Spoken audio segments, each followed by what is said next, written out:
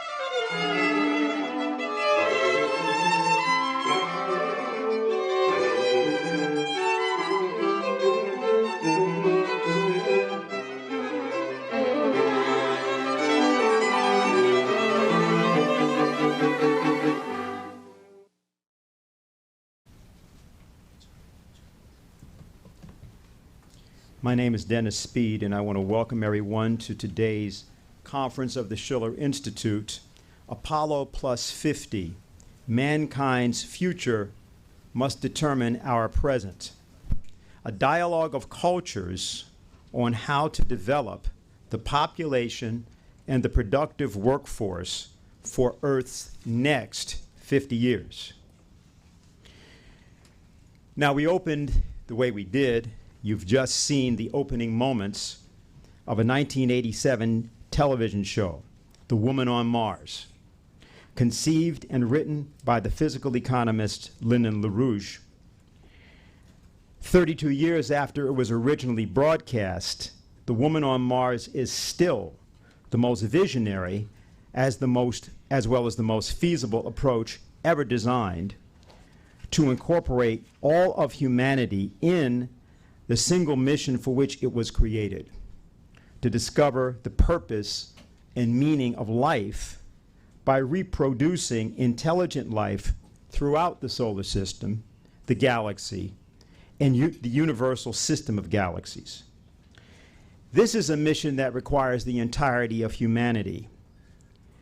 The more than perhaps 2 trillion galaxies, along with, in some cases, the trillions of stars within individual galaxies, require people. They require intelligent life. And it is this conception of economy which is the only true human conception. For most of the time that humanity has been on Earth, it has not been civilized, because a civilized humanity would incorporate all of the members of that humanity in that mission for which it was divined. The word divine or divination also means knowledge. It means discovery. And the divine mission of humanity is therefore to discover, for discovery's sake. There are many who have written about this at different times, and we don't have the time here to reference much of this. But I'd just like to reference just the opening line of one poem by Percy Shelley, who wrote many things which are of importance, but in his poem Mont Blanc, he points out that the everlasting universe of things flows through the mind.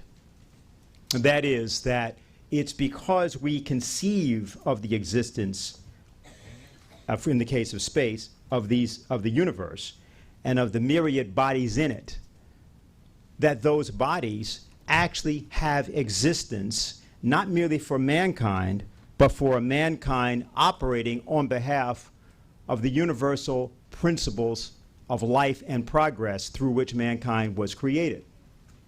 Mankind's actions are universal actions. They are actions by the universe on the universe.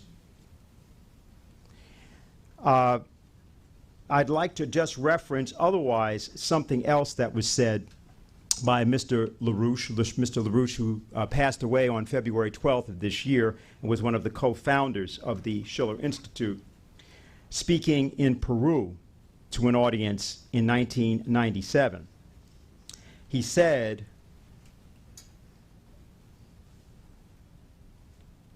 if this project, meaning the Moon-Mars project, if that project is funded, it will determine the kinds of changes which will occur on every part of Earth for the next 50 and more years to come.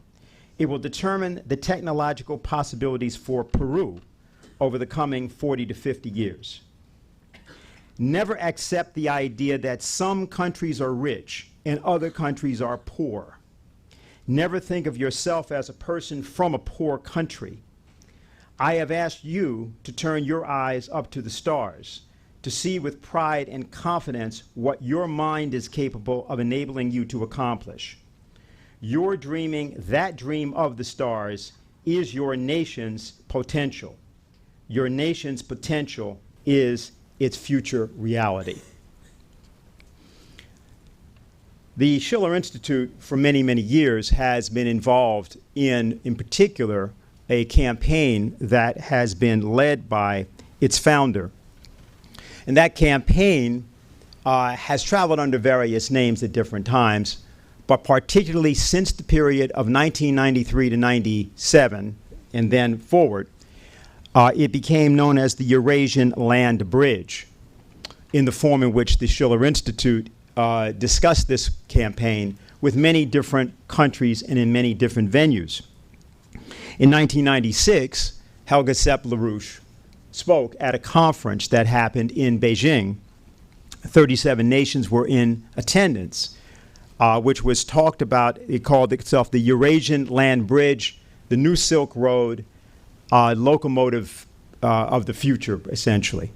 And that campaign, which people today know in various names, the Belt and Road Initiative, the win-win policy of China, and so on, is something that she led as a campaign from that time. She became known as the Silk Road Lady as a result of that. And that dialogue of cultures that we led at that time is not only no different than what you are hopefully celebrating with us today in terms of not only 50 years of space exploration and the landing of man on the moon, but more importantly, the idea that if for the Earth's next 50 years, there's a way that there's a collaboration that can happen among us all through space. The President of the United States, Donald Trump, on July 4th, dedicated the United States in the presence of Gene Kranz, mission director for the Apollo mission, among others. And he said that we would return to the moon and then to Mars. But it's also the case that Buzz Aldrin, I understand, I believe one night ago, one of the second person to walk on the moon, he said that Russia, China, India, the United States, and other nations should do this jointly. And this echoes the words of John Kennedy that he also used at a speech he gave at the United Nations in September of 1963, in which he called for a joint mission between the Soviet Union and the United States to the moon, less than 1 year after the Cuban Missile Crisis. The idea of this form of dialogue is the idea of a true civilization.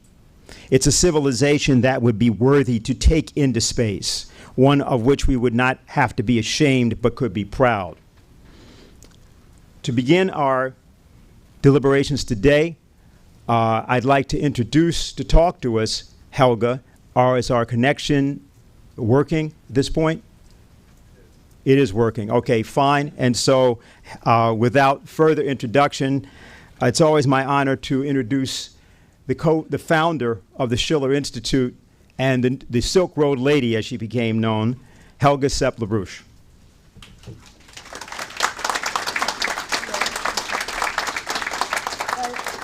Ladies and gentlemen, dear friends of the Schiller Institute, it is my absolute, there is an echo, can you get rid of that, please? There is a very joyous moment today as we celebrate the 50th anniversary of the moon landing. And this is a truly universal event and an event which unites all of humanity.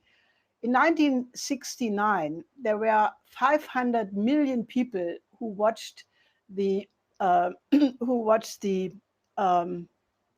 landing of the moon, and it caused an incredible inspiration and excitement at the time. Now you can be sure that today, where communication is so much better, where already in the last several weeks, there were millions of people watching programs from the past, documentaries, that it will be again hundreds of millions of people who will unite and celebrate this incredible event. Now, in 69, it was every 7th human being on the planet. Now, the reason why space is so absolutely important is because it has everything to do with the identity of mankind.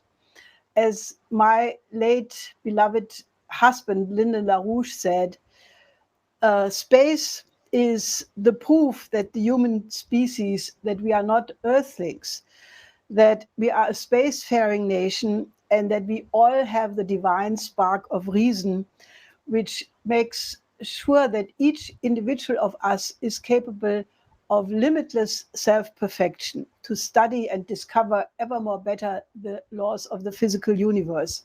Or as our dear friend and the great space pioneer Kraft-Ericke said, it's the Homo sapiens extraterrestris, the man who is actually the man in space. Now, the joyous thing is that today, after literally decades of a hiatus of cutting back in funding for NASA and a very poor funding of ESA, the perspective of the industrialization of the moon and a colony on Mars is fully back on the agenda. Now, as Dennis just mentioned, President Trump said he will, or the United States will put a man and a woman on the moon by 2024. And the Chinese, for the occasion of this 50th anniversary, just reactivated their Chang'e 4 lunar mission, a rover and a lander on the backside of the moon. Now, today also postponed for this date, a Soyuz launcher has taken off from Baikonur, carrying a Russian, an American, and an Italian to go to the next period to the ISS. The Italian Luca Parnitano, who will be the commander on the ISS in the second part of this mission, said, "What we do on the ISS is for the Earth, it's for all of humanity." Also, for this occasion, the Indian Chandrayaan-2 project, a mission to the South Pole of the Moon, which will investigate the ice in the craters of the South Pole on the Moon, has just slightly been postponed, but it's supposed to land on the Moon in September. Also, from Russia, Dmitry Rogozin, the head of Roscosmos, sent his congratulations to the NASA head Bridenstine, praising the 3 original astronauts, Neil Armstrong, Buzz Aldrin, and Michael Collins, and all the great space pioneers before them, because they dared to set off the journey to the unknown in order to push the boundaries of the reachable world for all of humanity. Now, if one thinks about the vastness of the universe, what is known so far through the pictures of the Hubble telescope, at least 2 trillion galaxies.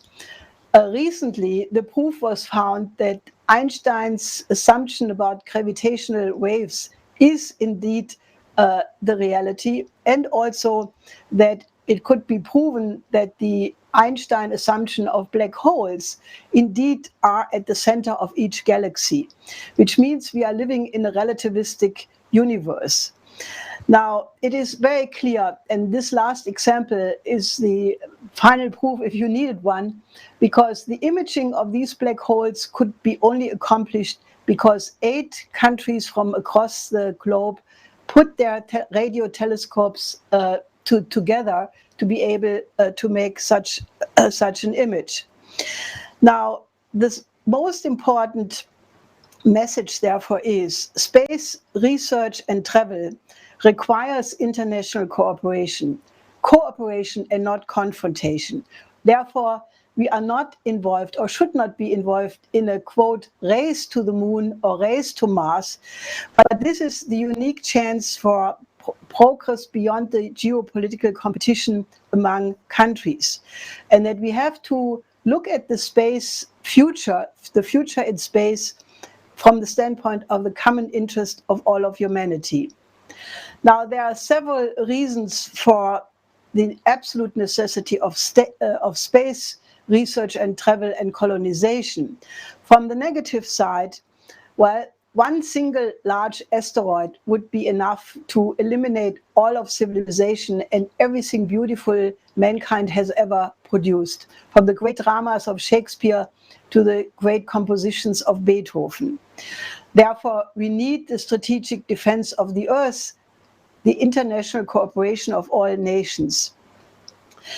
But the positive side is, if you look at the long arc of human evolution, how man in a relatively short period of time, given the year or the years of the universe at large, man has developed from a caveman using hand axes to kill his fellow man to the kind of reasonable international cooperation which we see on the ISS since a long time.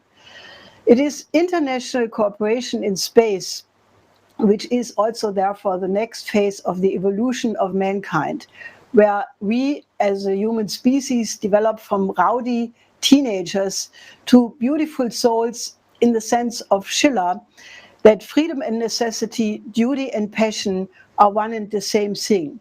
Or as Kraft-Erike said, man is guided by the extraterrestrial imperative.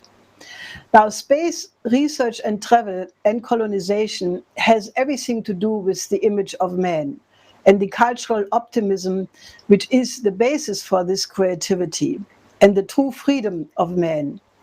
It is the most powerful proof that we are not living in an earthbound system with limited resources. And this idea of an earthbound system is the entire basis for the existence of the ecology movement, which recently has turned into an extinction hysteria movement, causing complete cultural pessimism and despair. Let's look back 90 years ago. In 1929, Fritz Lang made this incredible movie, The Woman in the Moon, which was a beautiful polemical argument against all backwardness and anti-technological sentiment. Now, the scientific advisor of this was Hermann Oberth, one of the outstanding pioneers of rocketry and space and astronautics. This movie was the inspiration of many of the space pioneers to follow. One of them, the outstanding Kraft Ericke, who was then himself an important contributor to the Atlas rocket. He was the director of the Centaur program. And already in the 50s and the 60s, he developed an incredibly far-sighted vision of the moon as the stepping stone to the colonization of Mars, and then finally the entire solar system. Now, 40 years after The Woman in the Moon, an event takes place today, the event took place which we celebrate today, the landing of Apollo 11 on the moon, which indeed meant a great leap for mankind. But interesting, yesterday, Mike Collins, the second astronaut, the astronaut which did not go on the moon, but which was in the orbit, he basically made the point that for him, an even bigger turning point was the fact of Apollo 8, which meant that for the first time, a human being had completely escaped Earth's gravity into space. Now, this is something worth to reflect about, because that man is able or was able to leave the surface of the Earth and get out into space is not a self-evident question. And already that is the absolute proof that we are not living in an earthbound system. That first human being walking on the moon caused at the time a complete explosion of optimism in the whole world. But it was also very clear that the national oligarchy was not amused about that idea, because their entire power is based on the idea that the masses of the population think about themselves as underlings, that they are pessimistic about their future. So already in 1964, various studies and polls started to investigate, quote, the impact of space programs on the different sectors of the population. And one famous report under the direction of a certain Mr. Rappaport, an anthropologist from the Northwestern University and the Committee on Space, wrote the second order consequences, a methodological essay on the impact of technology, written then by Reber. The thesis of that report was that the space program had produced a dangerous outbreak of cultural optimism, of the belief that creative scientific thinking could solve any problem on the planet. The oligarchy immediately launched the Club of Rome against this optimism and their fraudulent limits to growth, with the idea that man is bound by the earth, that the resources are limited, and we have to go into a zero growth mode. At the same time, Harris and Gallup produced polls to supposedly show that Americans opposed the continued expenditures of manned spaceflight. These points influenced the election campaign between 1970 and 72, and the scaling back of the funding of the space program became an election issue. Now, that all led to a relative standstill, at least concerning the American space program. So when in 1984, there was this conference in honor of Kraft-Erike, who had just passed away and who had become, in the meantime, a very close friend and collaborator of the Schiller Institute, there was a discussion between my husband and some of the participants of this conference of the proposal to pick up his idea of a permanent colony on Mars, which Lyndon LaRouche then discussed in the absolute incredible movie of which you saw the beginning, Woman on Mars, which was published in 1987.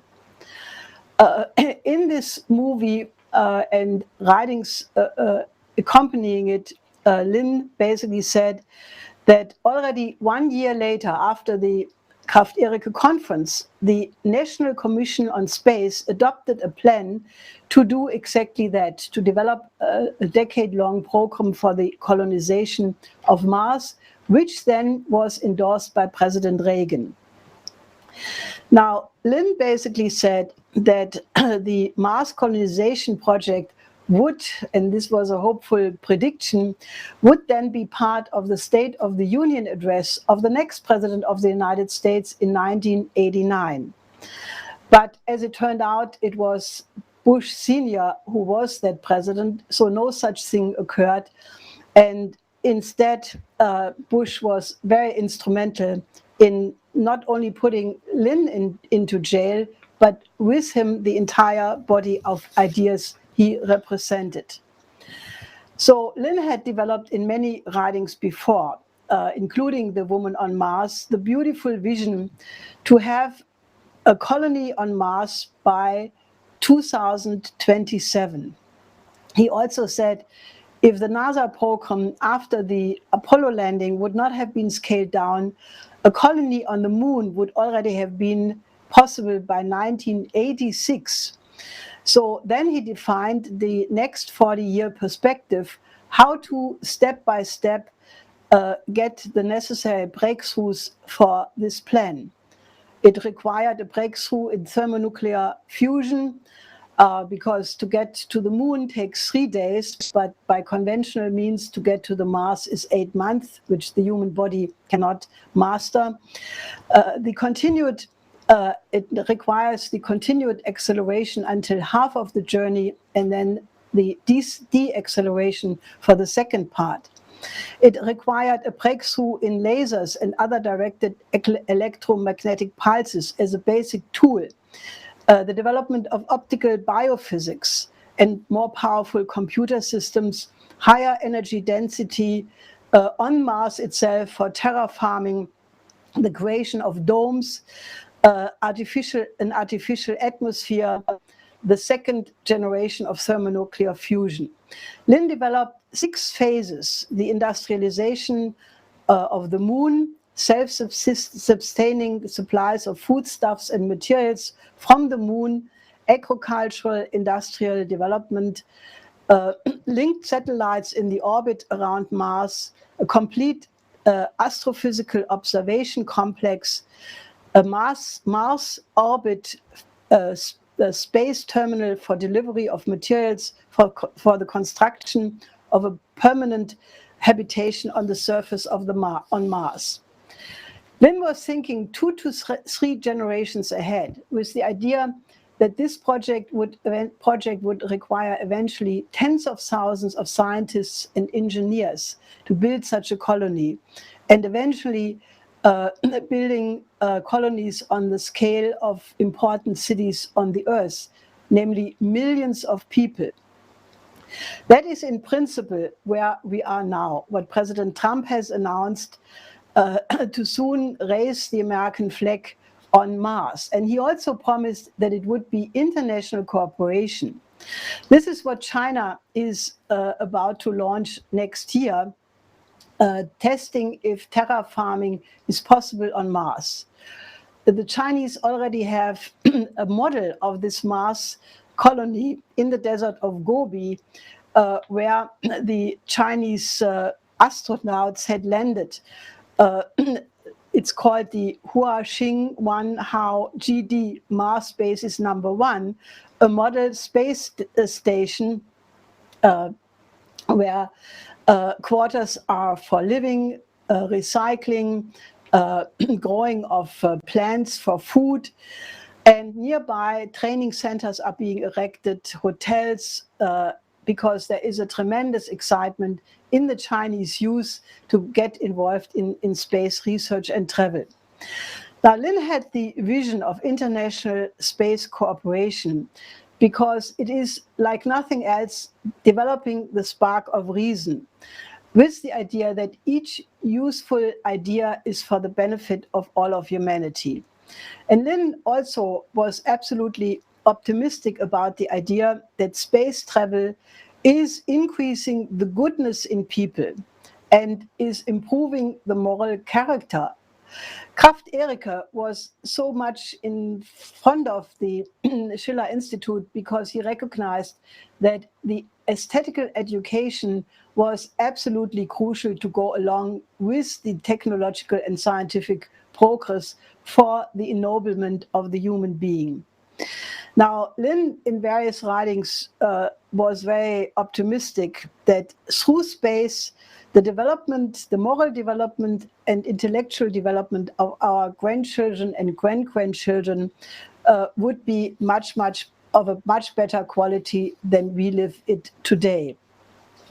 It is only through the colonization of the moon, Mars, the solar system, that man can become the immortal species. There are two important lessons from the last 50 or even 90 years of space research and development. First, we absolutely must have a sufficient continuous funding to never have again such setbacks as we have experienced it over the last 40 years.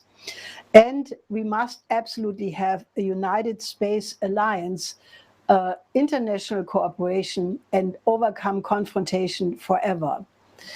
It is this moment to absolutely return to the optimistic image of man, that mankind is the only creative species known in the universe so far, and that it is our task to multiply and subdue, no, not the Earth, but the entire solar system and maybe beyond.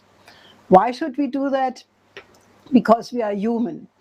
We have in us an innate goodness, a capacity for agape, and all the evil in the world is only the result of a lack of development, which we will remedy through space travel.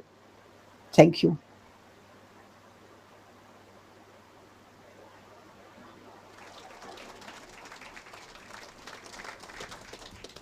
Thank you, Helga. Okay, are we capable of making our connection? I'm going to introduce the next person, and we're hoping we have her there. And this will be Andrea Jones, who's the Public Engagement Lead, Solar System Exploration Division of NASA's Goddard Space Flight Center, and Director of the International Observe the Moon Night. Now, she's going to be broadcasting to us from the Great Mall in Washington, because she's in charge of what NASA's doing there on the ground. So if we've got her. Hi, yes, can you hear me? Yes, we can. Go right ahead. All right, wonderful. Well, hi, everyone. It is my sincere pleasure to be there with you in spirit from the National Mall.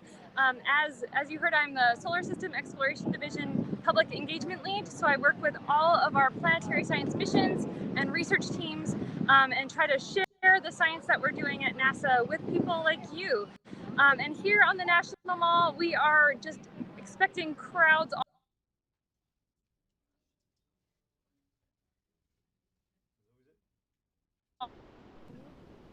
and celebrating that. So I don't know if if I should really try to, but behind me there's a giant moon map where people can walk on the moon on the National Mall. We have guided tours of lunar sites with NASA scientists. We have Lego out here. We have Ready, Jet, Go. We have people from all over the entire agency here celebrating this great anniversary because it is a human triumph and it is a triumph for international everyone and also for all of NASA. So we have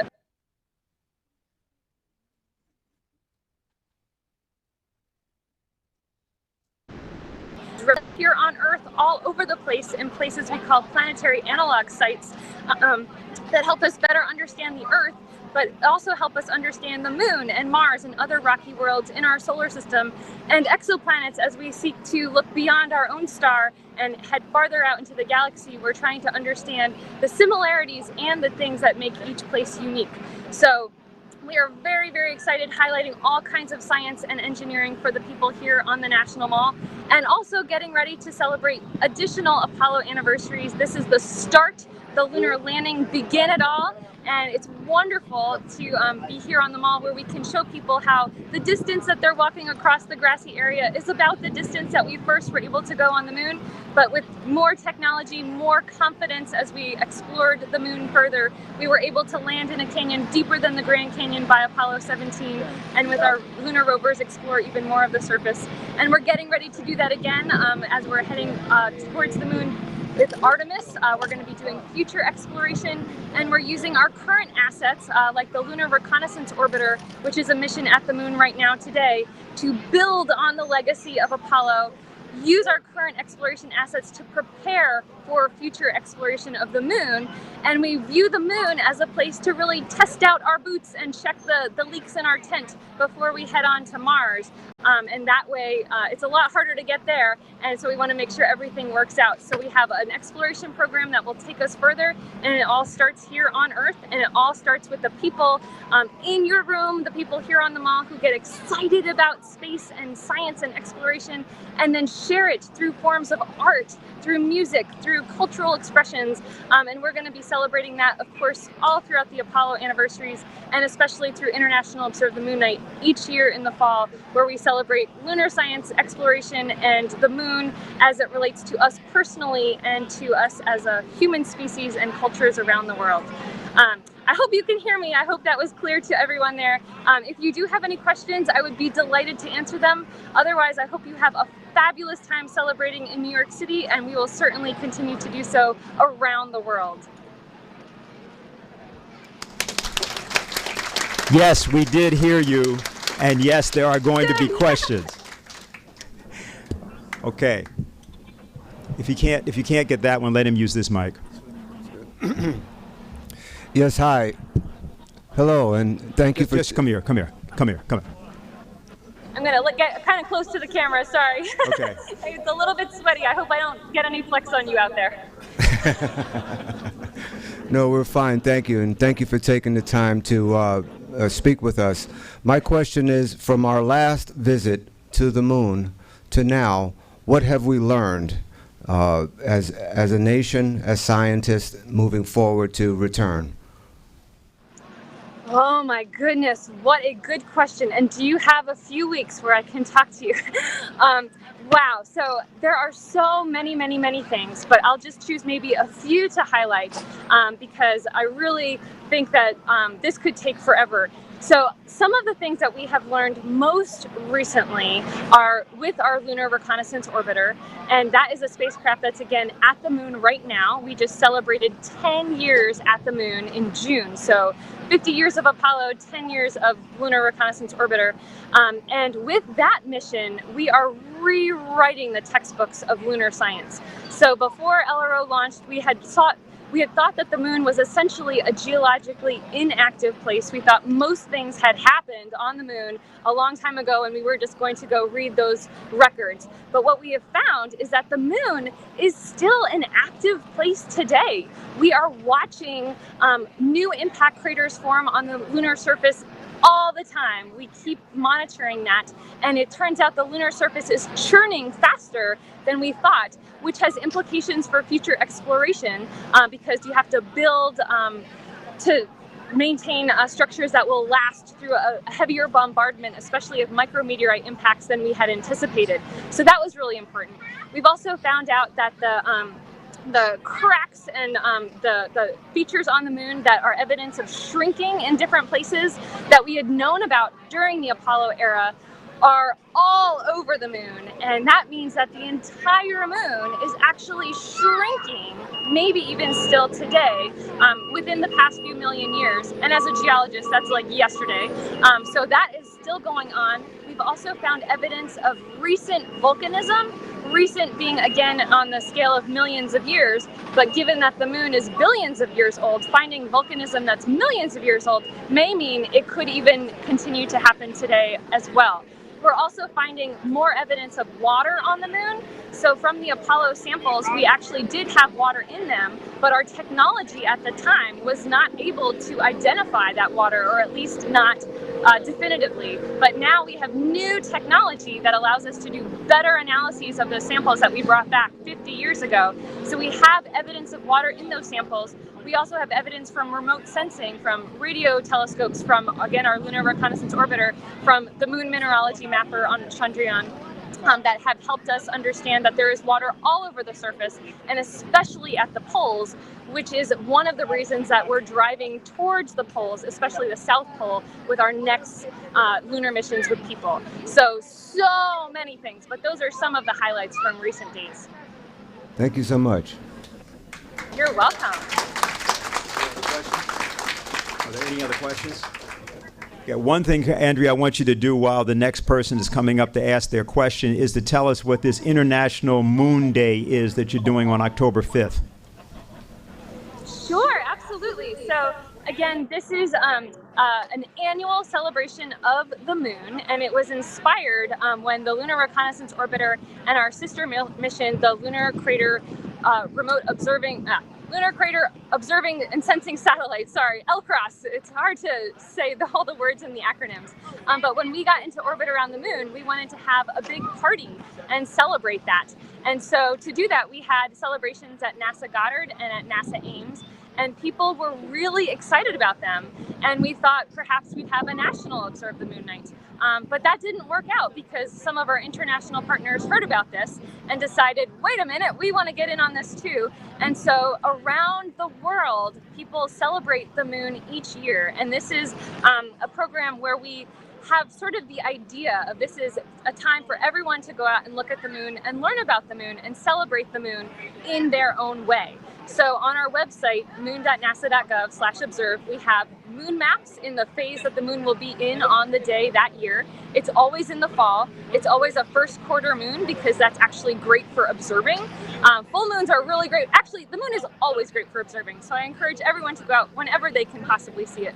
But if you have an afternoon or evening event, a first quarter moon is highest in the sky right at sunset. And so that tends to be a good time to take a look at it for a lot of our hosts. So we have events all around the world. We have tips for how to host events on our website, or we have location finders. If you are interested in participating in an event like this, you can find that. And we have science centers and libraries and music centers and NASA centers and backyards around the world. We have ice cream shops and weddings and all kinds of people who just get out and say, hey, I'm going to go look at the moon and I'm going to learn about the moon. And you can share that through social media as well. So you can observe the moon, #observe the moon from all different social media platforms and see how people in the Philippines and in Africa and from the International Space Station and anywhere people are, how they're observing the moon. And it's just a great unifying experience where we can celebrate the moon together. We're only going to take 2 more questions for Andrea because she's going to have to get going. Come up here and you can ask this quick. You can? Hello? Come here. Just listen to me, not to the technical people. Yes, good afternoon.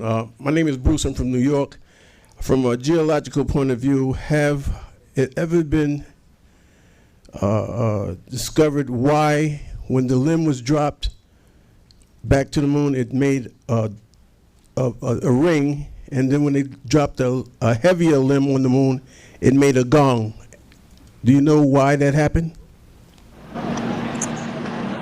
I'm not certain. I am not sure of that exact circumstance, so I hesitate to answer for that specific thing, but I do know that, the moon is a diverse world, so depending on where you are, even in a small area, the surface can be very different, and the surface is mostly rocky, but also covered in regolith, and so that regolith is that dusty surface, and it can vary in depth widely around the lunar surface. So some places it's very deep, some places it's less, and depending on where you drop on there, it could have a very different sound. Well, sound, you can't really hear much on the new moon, but you can see the features differently. So my only suggestion is that perhaps what was underlying the spacecraft was different, but I don't know the particulars. I'm sorry about that. But you could perhaps check it out in the Apollo Surface Journal, or if you email me, my email is public. It's andrea.j.jones@nasa.gov.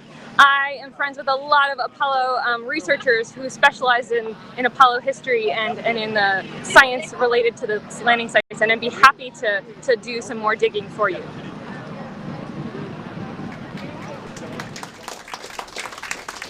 Hi, Andrea. My name is Ann. My father, George Sedelkowski, worked on the satellite communications for the moon missions. In his last days, we watched the Nassau channel. My question to you is, are you ever on the Nassau channel? And why don't we divest ourselves of all these other cable stations who do not carry the Nassau channel? Excellent. I think we should all watch NASA TV all the time. Absolutely. So I think I am occasionally in the background. I don't have any special show or any special time that I'm featured, but I think I have been in the background on a few events that NASA TV is here, I think, and filming. So perhaps I'll be in the background again. But no, I do not have any special prominence on NASA TV. But thank you to your father. That's wonderful, and what an exciting job. As a Goddard employee, I will also mention that the first communications from the Apollo missions actually came through Goddard. So we heard, the Eagle has landed just a few, probably not even milliseconds before the rest of the world, but it did come through there. So was your father at Goddard? And if not, he probably knows people that had been working there. Andrew, we want to thank you for being with us, and we want you to do this for us as we conclude. This will be your concluding statement. Could you tell us why you got interested in space, how it happened, and why you do what you do? Oh, wow. Well, I'm a scientist. That's my training, but I also, my parents have always taken me outside. So I grew up camping and hiking and learning about the world at the beaches, in the mountains, wondering why are the oceans where they are, and why are the mountains, getting taller in some places or getting shorter in others, and then they took me out west. I grew up in New Jersey, not too far from New York City, and I got to see the night sky in a way I had never experienced, and I just was awed and inspired and amazed that there were worlds outside in this huge galaxy that I had never even really thought about. And so I got into geology. I wanted to study the Earth, and then I really wanted to study the stars as well. Found this field called planetary geology, where you can combine your love of the Earth with your love of space and put them together. And I loved that, but then I missed sharing it with people. So I went and I was a national park ranger in Canyonlands National Park. And then I worked at a science education camp where I taught about birds and squirrels and rocks and stars and line dancing and adventure courses. And then I missed the science, so I went back to graduate school and did my graduate work in planetary geology and with the HiRISE camera, the high resolution imaging science experiment on the Mars Reconnaissance Orbiter. And from there, I just couldn't get away from space missions. And so that path led me ultimately to NASA Goddard. But it has been a great ride. But really, the story is that I love science, but my favorite part is getting other people excited about science. So now I get to stay informed with the science, but really what I get to do is get other people excited, and that just is the best job I can possibly imagine.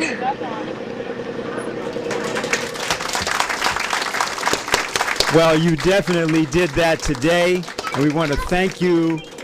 We all want to thank you for what you're doing down there today, and maybe we'll see you on International Moon Day. Absolutely. I hope everyone goes out and looks at the moon, and happy moon landing day, everyone. Take care. Bye-bye.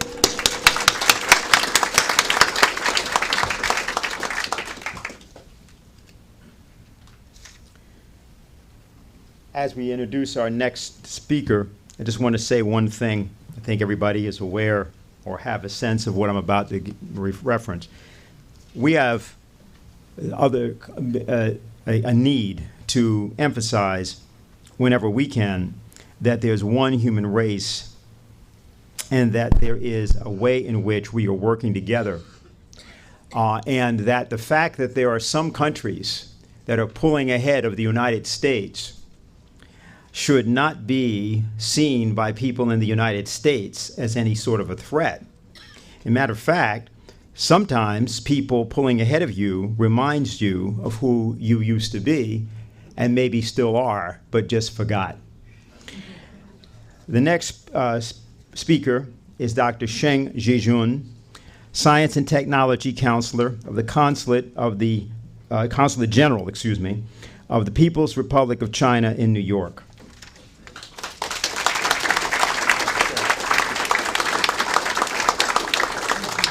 Thank you. All distinguished guests, ladies and gentlemen, all participants, good afternoon. It's really my pleasure to be here with all of you to enjoy the nice videos and the nice dialogue.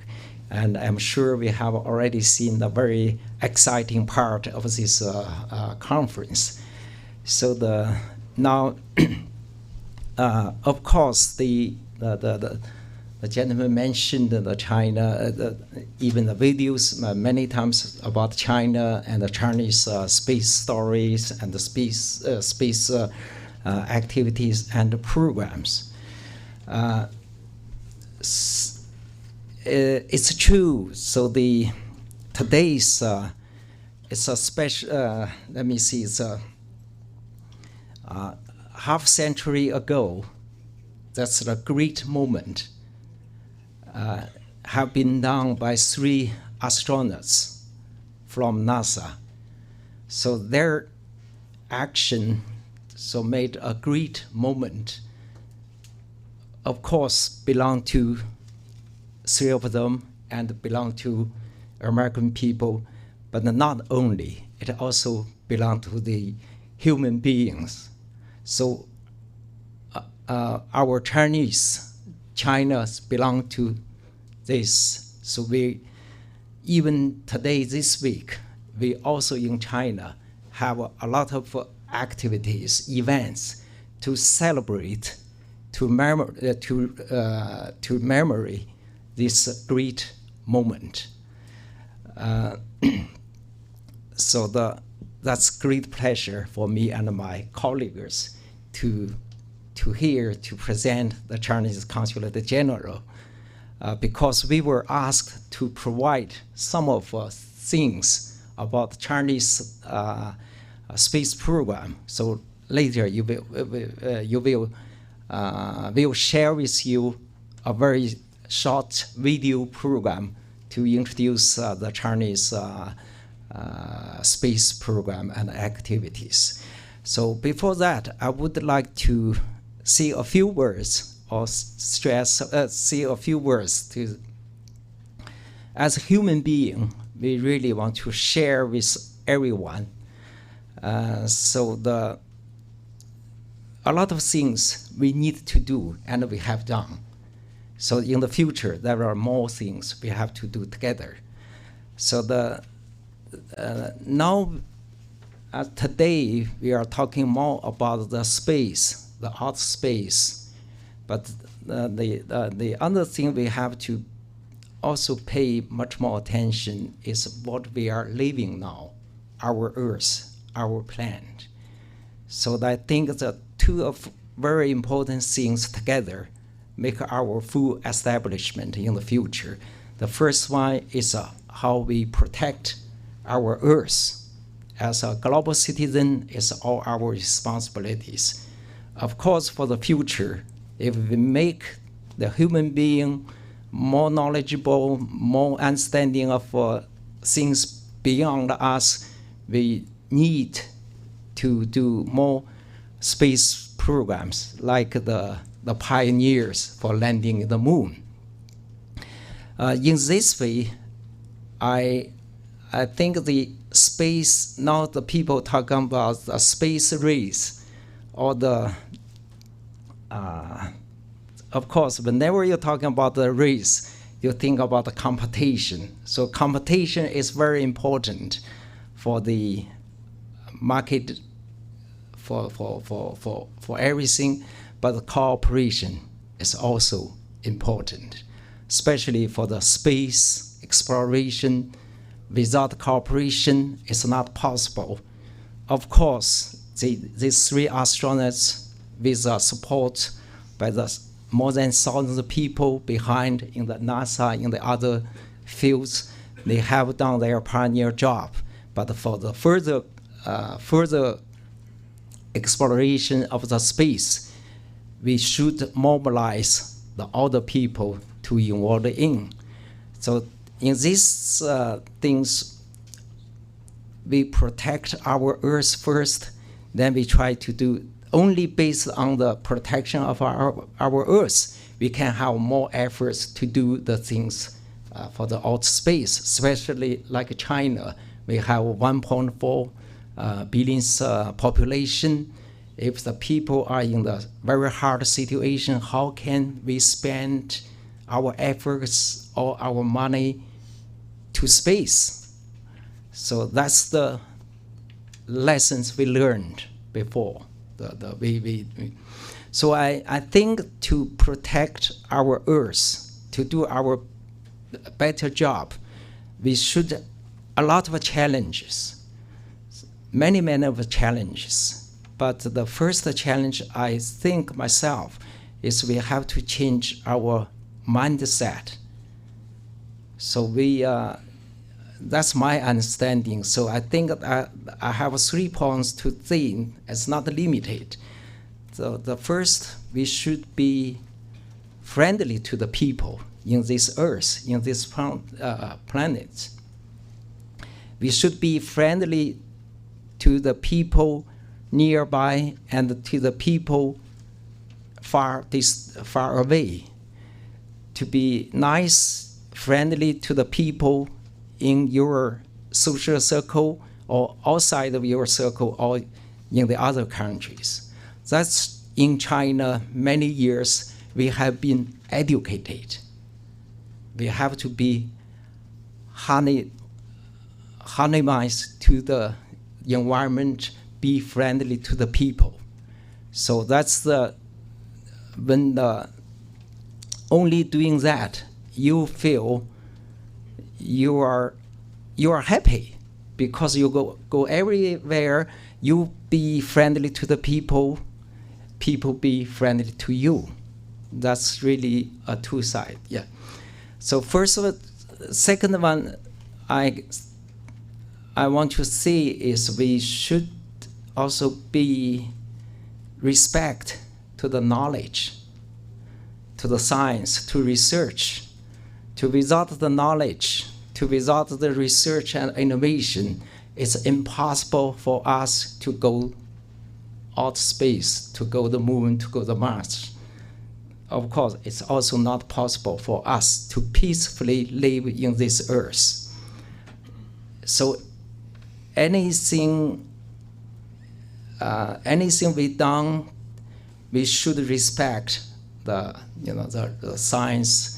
Then we should know that climate change is the great challenges for human beings. So nowadays, not only in China, not only in Africa, everywhere you can have the very extreme weather.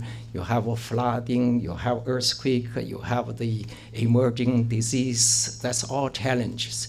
All those challenges need the understanding of the things, so how to deal with them. So I give you examples. Let me see, in the 1970s in China, there's a big earthquake near Beijing. So there were more than 20,000 people lost in just a few minutes. So that's big. It was a very big earthquake. So why so many people lost in the earthquake? So at least one of the things, we had no forecasting technology, forecastings, or the based certain science research technology system to warning people that would be dangerous earthquake. But just a few weeks ago, there was another earthquake in Sichuan province. So that we had more than 61 seconds early warning. So that's based on science, based on research, based on the new technology. With a 61 seconds early warning, many people saved their lives. But that, of course, that earthquake, it could not be compared with the earthquake we had in the 1970s. But it gave us enough reasons to see we need to have more knowledge, more science research, more technology to protect us. So be friendly, be respect to the knowledge. It's a very important aspect as well. So the third thing is, I think, very important to be optimistic to the future. The people already mentioned many times. With the people work together, all nice people, people to people, friendly, we work together with a certain, with technology, science advance and technology development. We are sure we'll have a great future. So to these 3 points together, I think as all of us as humankind, we are the same. If someone is from outside, the outer space came here, they don't care what you're looking, your color, or you're tall, or you're short, you are all human beings. If something happened, they don't care, you are from China or you are from USA. So only we people work together. We can strengthen the capacity to confront any challenges from everywhere. So just now in the movie, in the dialogue, the lady from NASA mentioned that there is evidence of water in moon. So it's reminded me that about 35 years ago, I got my first job after university. I went to Taklamakan Desert. It's the northwest of China. It's a very big desert. We worked together with one of the American company. So that's my first job. I was lucky to work with the people I didn't know before, or I didn't meet. So that time we tried to find the oil. But after a few months, before we knew there was oil, suddenly we found there was water, underground water in the desert. Then the scientists say it's more important to find underground water in the desert than the oil. That time I was just very young. I'm not the geologist. I'm not just happened to got my first job in the oil field, seismic exploration. But I remembered clearly even now the people, how exciting to find water in the desert, underground water. That time is 1980s. Everybody knows there's a politicians. They are talking about the energy, oil, petroleum. They see who control the petroleum, who will control the world. That's all the old thinking. But for our normal people, we just want to see whether there's water, fresh water for us. So, and also that time, it took me 3 days and 3 nights from Beijing to Taklamakan Desert by train and only get to the city. Then another day cross over the Tianshan Mountains to the fields. So altogether almost 1 week I got there. But nowadays, with the new cutting-edge technologies, we have already high-speed train.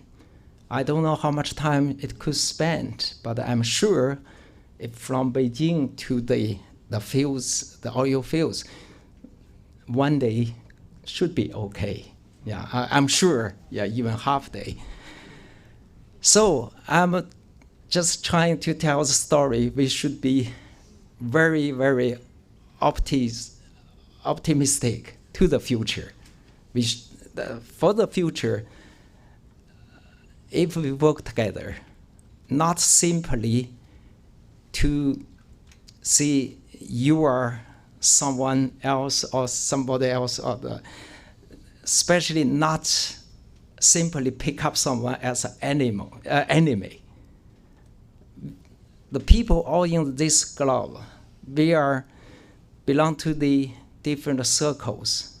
Like I had experience working in the desert. It's a hard time, but fortunately I also met friends from USA, from UK. We work together. So that time is my first time I have a jacket. Even I had already graduated from university, so I have never had like a color jacket. Before it's all green clothing, even my, as a kids. But there, the colorful like jacket, the jacket, red color jacket, it's not only make you comfortable wear the different clothes, but it's make safe if you got lost in the desert. The red color could be easy to find. Yeah, so then I learned a lot. Yeah, so that's I would like to share, because I only have a few minutes to say. I think I should before I present. Bill, my colleague, worked very hard to find out with our colleagues in Beijing. They find a 7 minutes video to introduce the Chinese space program. But I would like to remind you, that's really very official or formal introduction of Chinese space activities and space program. But all of those things based on something exist many, many years in China, in Chinese. So that we also have the space dream. That's a driven force for China. We need work together with our international colleagues, especially with our colleagues in USA, to explore the things outside of our Earth, even beyond Moon. So we are going to. We have already sent our rover to the far side of the Moon, and this year there are some more initiatives, and a few years hopefully will from Earth to Mars.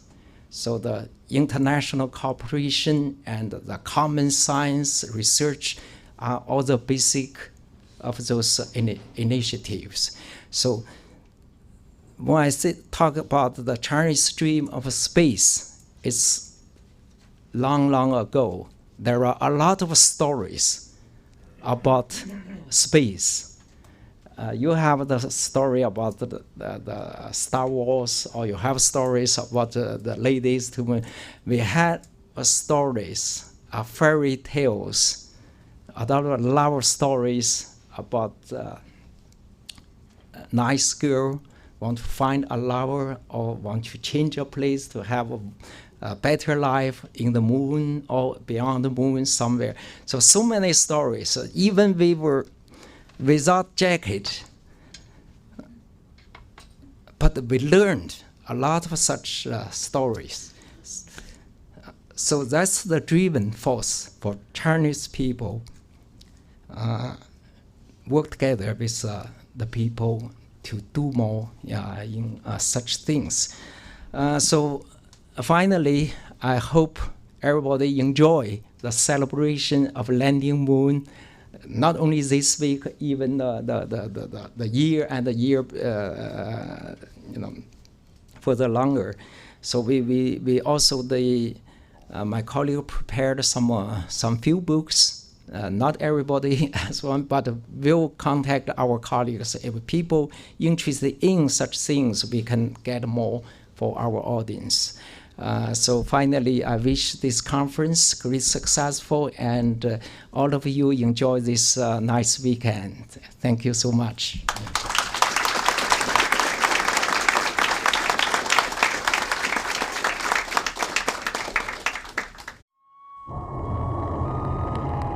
On April 24, 1970, China launched the first satellite Dongfang Hong, taking the first step of the journey for Chinese independent exploration and peaceful uses of outer space. With the stepping up of human exploration to outer space, Chinese space development realized outstanding achievements, which have become an important part of international space community. We share only one Earth and live in one world.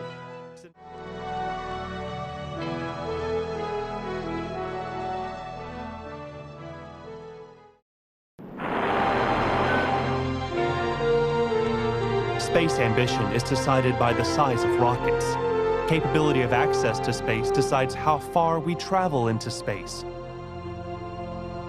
Current in-service Long March launch vehicles are capable of launching payloads into GEO, MEO, and LEO.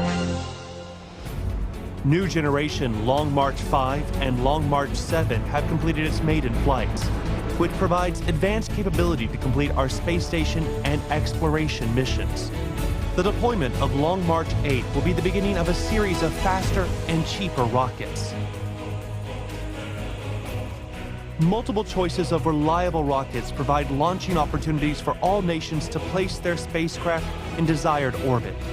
China is willing to help all nations to realize their space dream in the course of peaceful uses of outer space.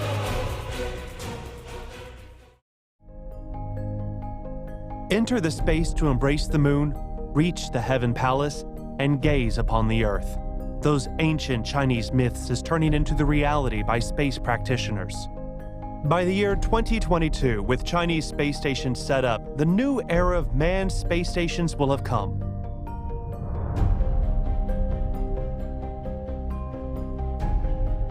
China's lunar exploration mission is about to launch CE-5 to perform the landing on the moon, sample returns to the Earth, exploration of north and south pole of the moon, and to build a lunar scientific research station. We believe China will fulfill the dream of building a palace on the moon in the near future. The successful launch of CE-4 data relay satellite on May 21st established a solid foundation for unprecedented lunar landing on the far side of the moon by humanity.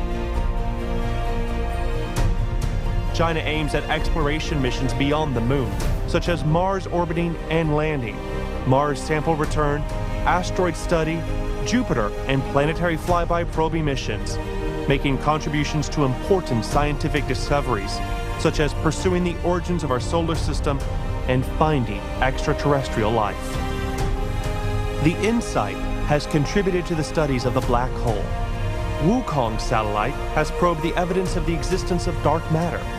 With new space era coming, China will contribute wisdoms to exploring the unknown universe, regarding to the major frontier problems on space science. China is willing to join the international space community for the exploration of the unknown universe. In the new era of space, Beidou navigation satellite constellation will fulfill the global coverage. The Satellite of Communication Broadcasting Series will realize full coverage of fixed communication, mobile communication, and data relay, high-resolution Earth observation systems, and Earth observation satellite series including Fengyuan, Haiyang, Wanjing, etc., will develop a continuous and stable operational service capacity. An integrated spatial and territorial information network will be constructed comprehensively. Variety of capitals and strengths start to converge to improve space infrastructure for a new world, serving economic and social development in China and even the whole world. The satellite technology has brought improvements in social services such as Wi-Fi access on planes and high-speed rails, remote communication in rural areas, precise navigation during ocean voyages, and monitoring and analysis of hydrology, agriculture, and forestry. Satellite application industry is developing to be tailored and diversified. The merging of satellite industry and other industries are supporting regional coordinated development and rural revitalization plan. Remote sensing satellites, communication and broadcasting satellites, and navigation and positioning satellites will be comprehensively used to provide convenient services for the public in many areas, such as weather forecasting, environmental monitoring, disaster emergency management, natural resources investigation, transportation services, agricultural and forestry area monitoring, intelligent city management, and public security. The era of space economy has arrived and is about to change every aspect of human life. The achievements of space science and technology will benefit more and more people all over the world. China is willing to share the benefits of space science and technology and help promote the sustainable economic and social development for all mankind. Opening up and cooperation will always be the theme of the new era of space development. As pointed out in China's space activities in 2016, China maintains that international exchanges and cooperation should be strengthened on the basis of equality and mutual benefit, peaceful utilization and inclusive development, striving to promote progress of space industry for mankind as a whole and its long-term sustainable development. China's satellite system will provide services for nations alongside the Belt and Road and the neighboring countries. The construction of the Belt and Road Spatial Information Corridor, the remote sensing satellite constellation of BRICS, and the multi-mission small satellite constellation missions of Asia-Pacific Space Cooperation Organization is progressing rapidly, promoting the social and economic development of member countries. With an active and open attitude, China will embrace the communications and cooperation in the process of peacefully exploring and utilizing outer space. China will contribute to building the community with a shared future for mankind.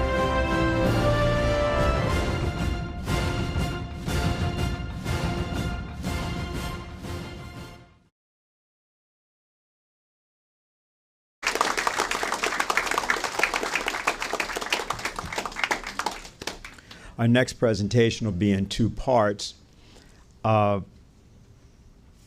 an idea that was communicated to us all from Kraft Erika, the extraterrestrial imperative. There were many other ideas, and there are many things that will be said and can be said about him. He was central to the entire mission and vision of the moon landing. He was central and essential to the entire vision, actually, of Lyndon LaRouche's conception also about Mars. There was a dialogue between them. He was a board member of the Schiller Institute. He's deceased. He died in 1984. And we're going to have two parts to our presentation. So for the first part, we have a video that we're going to play. And then I will introduce Krista Erika to speak about her father. Technology is not the solution to our own shortcomings. They have to, for that we have to grow, we have to mature. But technology often can make it easier. If you have a no-growth philosophy, and if you regress into the Middle Ages, then you create an environment in which what you're asking the human being to do, namely to live with less and be very modest and being this and that, the other thing, and not to grow, is impossible. Because a dog-eat-dog fight is bound to break out under those conditions. We have come too far. We have to go on, and life shows us that technological advances are the road to go. But based on those technology advances have to come the advances of the species and the advances of our civilization. In the first Earth formation, in the light of the young sun, there was no control over by anybody over the generation of inorganic matter. Earth was like a gigantic flower which soaked up solar energy and also utilized other energy to establish basic organic compounds and amino acids. And when life began to stir here, there lived of those fossil acids, Haldane's famous soup that ate itself up, or something similar to that. And of course, eventually, the resources ran out. And the first great crisis of life on this planet occurred because they were living off previously generated organic substances, and eventually of each other, the heterotrophic cells of the autotrophic cells, so to say, the forerunners of the plant-eating animals, the heterotrophs, and the animals, and the plants, the autotrophs. It was then that we saw for the first time two things: that what seemed to be an absolute limit to growth was no limit to growth. It was an hindrance that had to be overcome, and was overcome by technological advances, incredible technological advances, namely photosynthesis. And secondly, that life, if it has to, and a certain metabolism, if it has to have endurance, have to stay over long periods of time, cannot rely on the results of the preceding sphere, of the preceding generation of materials. And so we cannot rely on fossil fuels forever, obviously. That's a very analog situation. We have to start going to the primordial energy resources, which are so abundantly all around us and in the atom. And the technological advance occurred by the generation of an enzyme in the photoautotroph, which ultimately, I make it very short here, led to the chlorophyll molecule. And the chlorophyll molecule and photosynthesis inaugurated the first industrial revolution on this planet.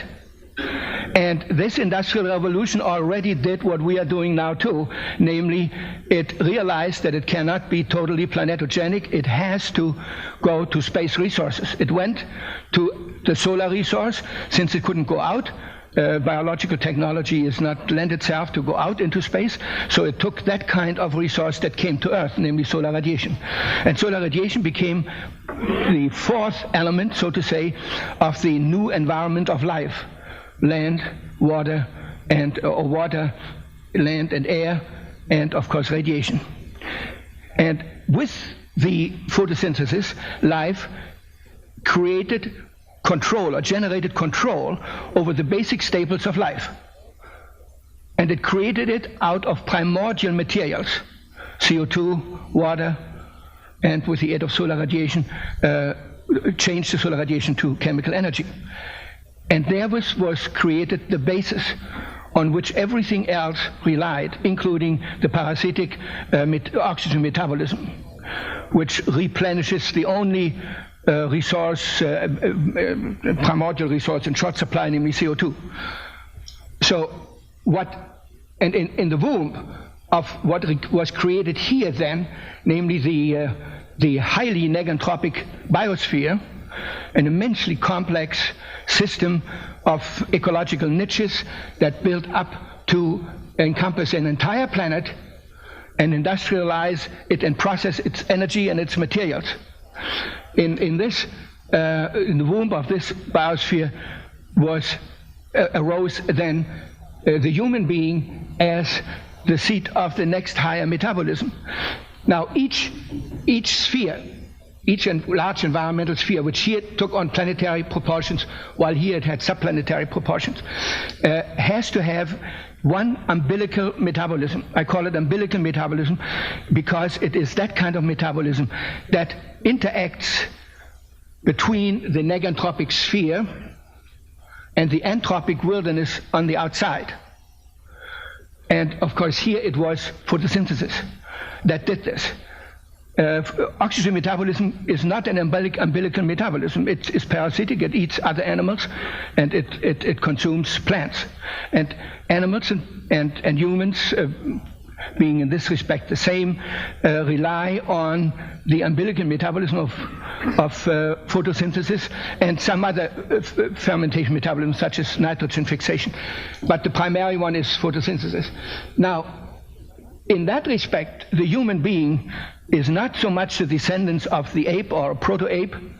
The human being is actually the descendant of photosynthesis, because information metabolism is the first metabolism that actually can interact with the inorganic matter, and therefore is an umbilical metabolism, and is broader even than the photosynthesis, because we can interact with nuclear matter, we can build a chemical industry of vast proportions, although chemosynthesis has done that too.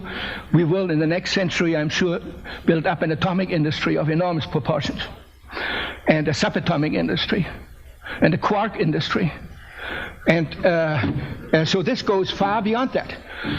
And for this and some other reasons, information metabolism transcends planetary limitations and is the metabolism on which life moves now over into space itself.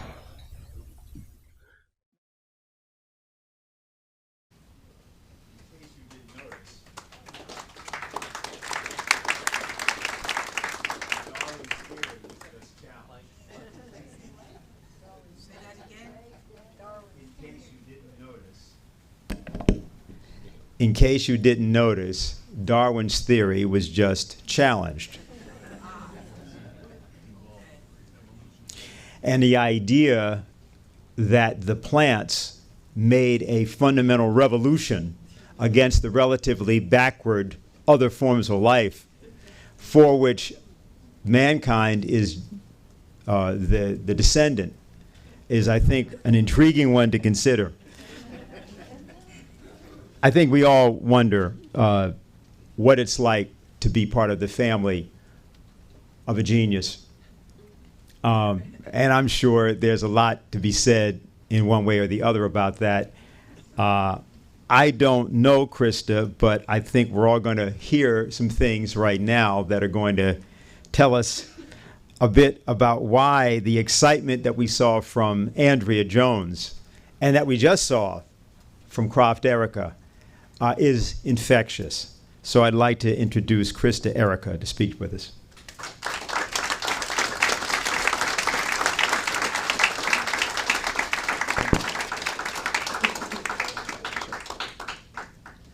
Oh, hi. Yeah, this is quite an intriguing subject, I have to say. Do we have the slides? Yes. Okay, all right. Yeah, having my dad around on a daily basis, there was never a moment that was not an opportunity to learn something. We grew up with relief maps in the family room. So if we had a question about anything geological or geographical, there's the map, go up there, look for it. So it helped me with school. I got there and I kind of already knew, where India was, when somebody may not have known that. Anyway, so I'll start with the first slide, and it's there. Oh, hi, there he is. Okay, all right. I would say comfortably, my dad was like a mentor to me, really. He was a very easy person to grow up with, very even-tempered and available. So, yeah, he took, for example, we would go for a walk at night, and his eyesight was failing, and he couldn't actually look up and see everything in the sky any longer, but we would go for a walk at night, and he would tell me, whatever time of year, everything that was in the sky then. So our walk turned into learning about the stars and the constellations and so forth. He would just point it all out, and I'd look up, and it was there. He never even looked. He just knew, oh, it's August, so, look for this. And yeah, it was very interesting that way. I enjoyed that a lot. That made us go for more walks. So, huh? Oh, there we go. Well, what are we doing here? All right. This chart is interesting. It's going to be difficult for you to read probably, but he prepared this chart in 1971 to compare no growth, what would happen to mankind if we stayed closed and had no growth. And then he had the second part was what would happen if we do have growth, what would happen to mankind. And the end result of those things, each route is going to bring a different ending. So an example would be that no growth leads to poverty. Poverty and then competition for resources, and it ending up in a war and stuff. And we're seeing some of the things already there on that chart. When he wrote that was 1971. The problems were just barely beginning, that we have. And he not only presents a problem or his point of view, but he always has a solution to what he tells you. Always, in everything. There isn't anything that doesn't end with a solution, which is unusual. It's not kind of always that way. 10 years later, he did a tour in Germany, which was what you saw as part of his speeches. He was there with Helga LaRouche, and you have it now? Oh, they're speaking. They're speaking, and I don't know, we decided that they had a joke. My dad must have told a joke. He was real good about that. They're all laughing about something or other in Germany. But the thing that was interesting about that, he was absolutely attacked for his progressive positions on what needed to happen. And the environmental, very, very militant, I guess I can say even violent environmentalists actually came and into the halls where he was speaking and verbally attacked him to the point that the police had to be called and have them all removed. It was horrible. It was the Club of Rome, and those extreme environmentalists. So he got an idea to see how earnest things were in Germany already. And he said when he came back, it reminded him of Germany in the 1930s, what was going on. He was very disappointed. It was not a very good trip from that perspective. So, yeah, he wasn't laughing when he came back. It was not good. So I can go to the next one.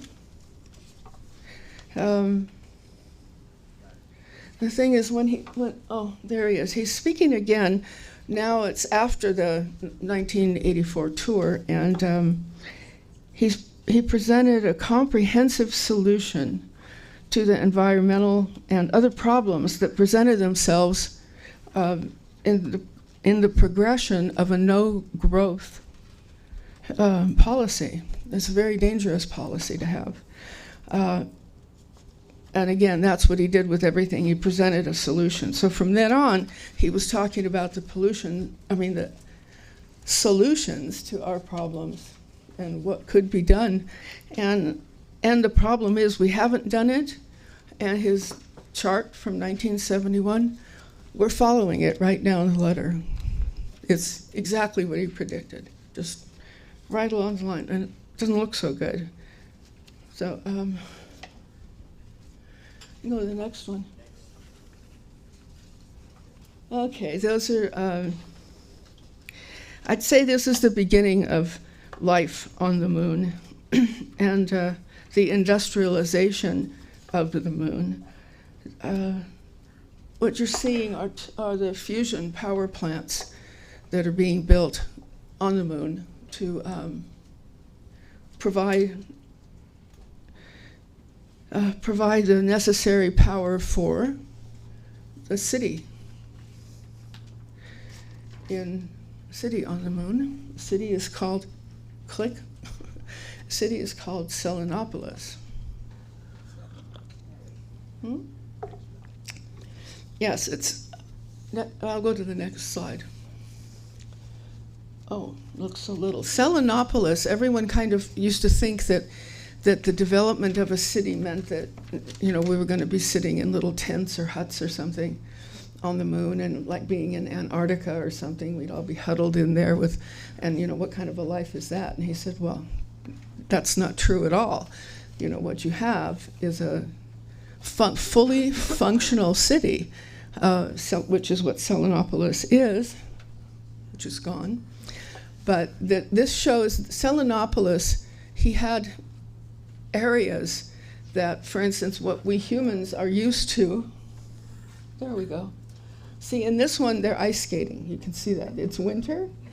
The weather has been, it's sealed in, of course. The weather has been altered the way we have seasons. The weather can be altered in Selenopolis.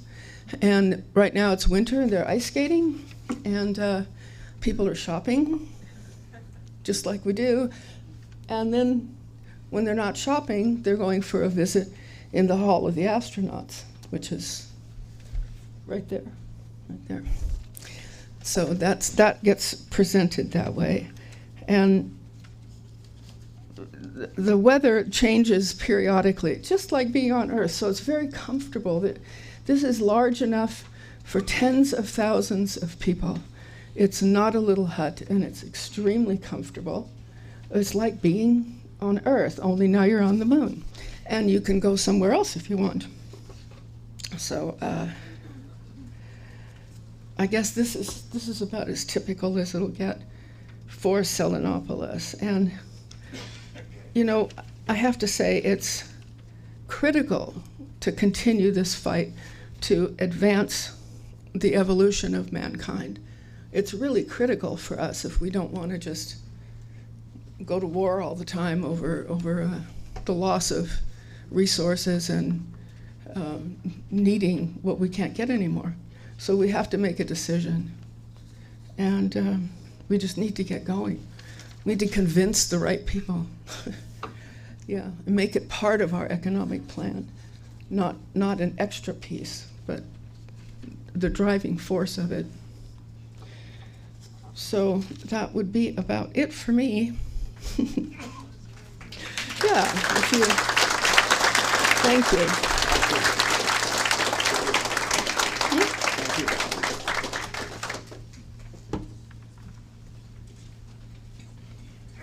We called today's meeting Earth's Next 50 Years. And Lyndon LaRouche created something many years ago among a group of young people called the Basement Team. It's a group of people that he worked with from the time they were in their late teens, early 20s, to develop a new capability for the United States and also for the world in terms of scientific research and development. That group has continued to function, and there's a proposal that we're going to hear a portion of, which will be presented by Ben Denniston of the Basement Team, and we hope to involve many of you, several of you, in helping us expand, particularly among those who are in their late teens and early 20s, a task force to begin to implement something that she's going to give a guideline for right now, but which is the core of the purpose of our meeting today. So I'd like to introduce Ben Denniston of the Basement Team.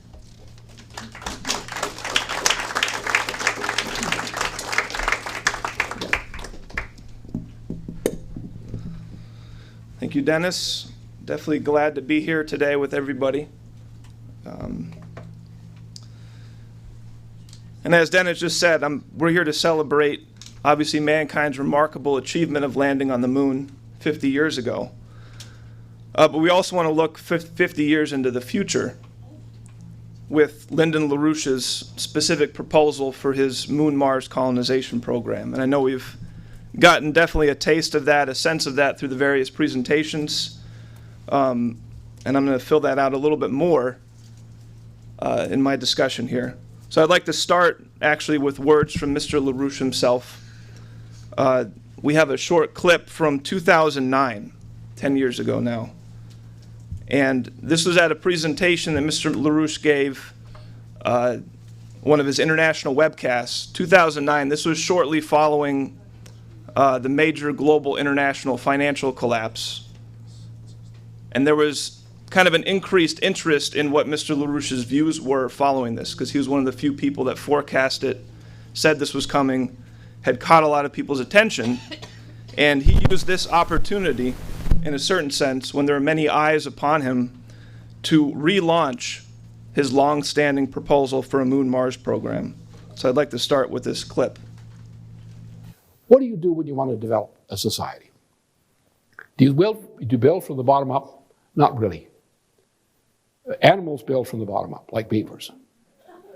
And beavers are good for beavers. But I'm not a beaver. I don't do this underwater thing too well. I get cold, you know. Anyway, so what we do is we simply take it and go to a space program.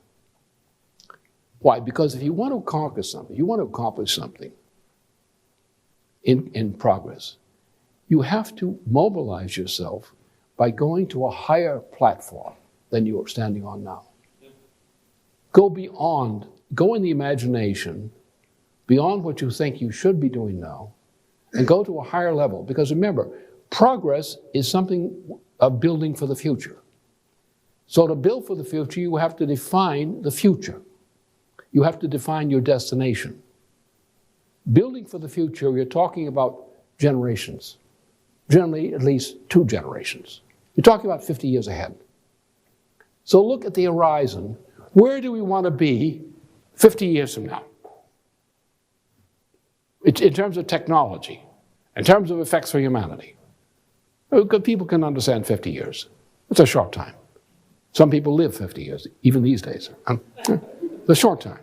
So look 50 years ahead. Well, I say 50 years ahead, we're going to be on Mars.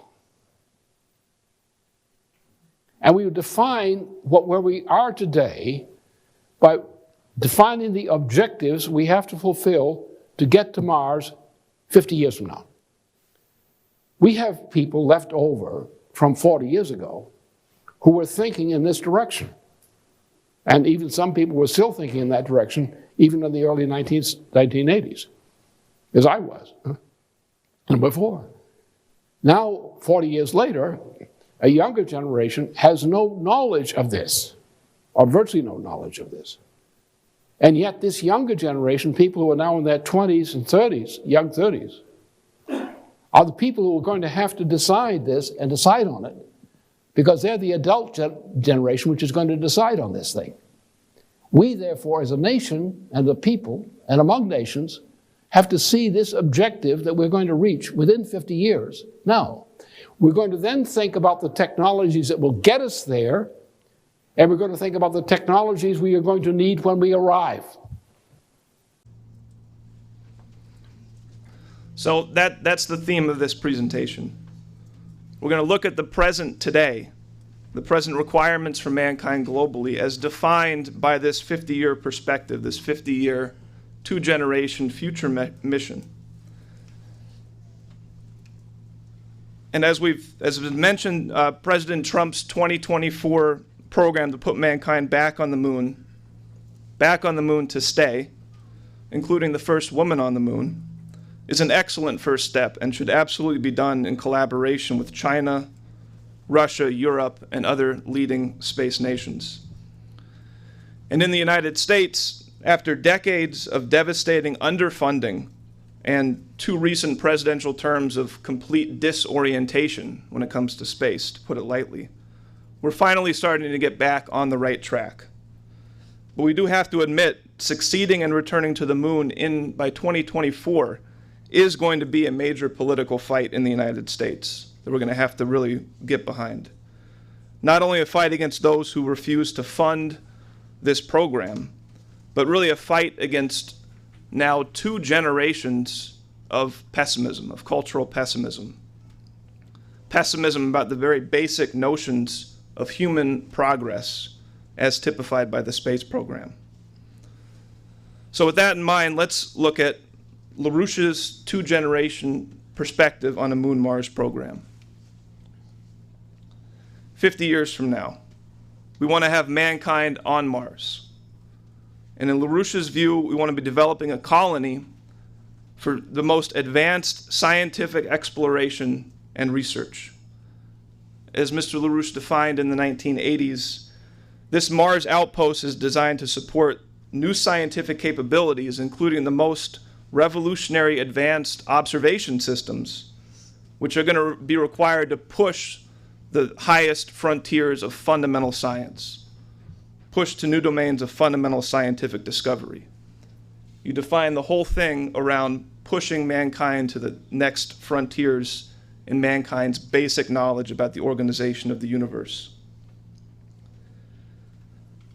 So what's needed? So what infrastructure do we need to do this? This is a huge endeavor. This isn't just sending a couple people there and then bring them right back. This is supporting and sustaining a growing colony. Well, fusion propulsion is going to be absolutely key. And Helga mentioned this earlier. With present technologies, getting to Mars takes hundreds of days. 200 days is a fair estimate with current technologies. A trip length that is very dangerous and damaging to human beings, given both the zero gravity and the high radiation environment. Nuclear fission systems, fission propulsion, can help things a little bit, but Mr. LaRouche defined the real goal as constant acceleration for half the trip, constant deceleration for the second half of the trip, at a rate which would create an environment of 1 Earth gravity, artificial environment felt by the people riding on that spaceship. And this would reduce the time from in the range of half of 1 year down to a few days travel from, say, lunar orbit to Mars orbit. And for fusion propulsion, we want to look to the best available options for fusion fuel to support this. And we want to look to a special isotope of helium called helium-3, which is really the best ideal option for fusion propulsion systems and for advanced power systems. And although helium-3 is incredibly rare on Earth, it's actually relatively abundant on the lunar surface. And now for many years, for decades actually, leading scientists in the United States, in China, in Russia, in India, in Europe, and other leading nations have promoted the idea of mankind returning to the moon, mining helium-3 from the moon for fusion power on Earth and in space propulsion. And it's been noted that even by current estimates, which are a bit rough, there's enough helium-3 on the moon to power the Earth for thousands of years. And this immediately takes us to what we were just discussing with Croft Erica's beautiful and visionary program for lunar industrialization. The mining and the industrial development of the moon, bringing the moon into mankind's sphere of activity of development. Not only does the moon contain this unique fusion fuel, helium-3, but once we can actually get mining, manufacturing operations up, operating on the lunar surface, it's actually going to be far more economical to construct and lift material from the lunar surface into orbit than lifting it up off the Earth itself, because the gravitational potentials are so vastly different. And as much as possible, we want to be building the systems to go to Mars 1G fusion acceleration systems taking dozens, hundreds, potentially thousands, up to thousands of people to Mars, built with material mined, constructed as much as possible from the lunar surface.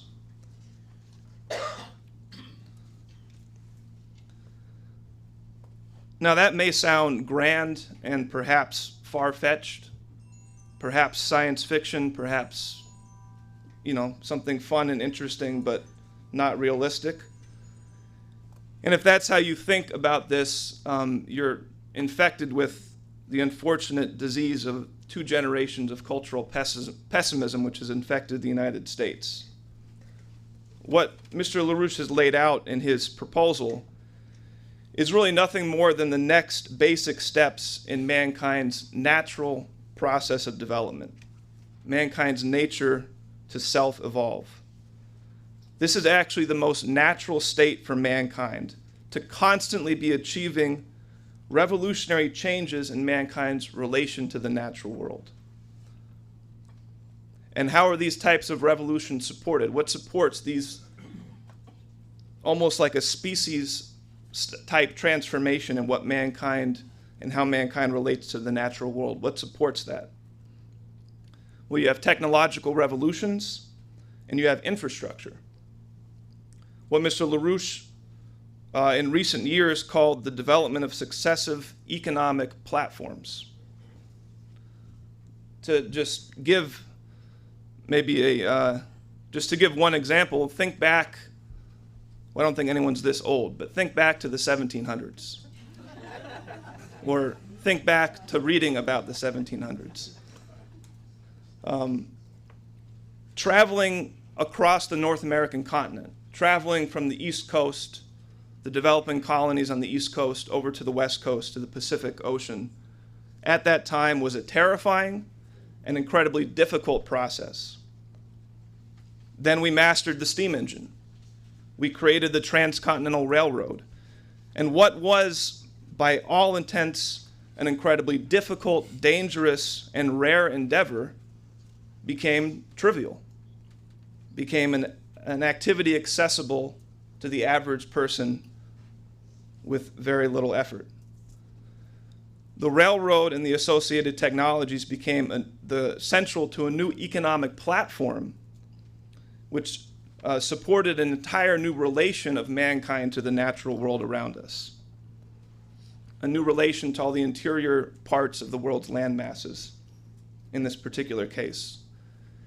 That kind of transformation is typical and characteristic of what mankind does.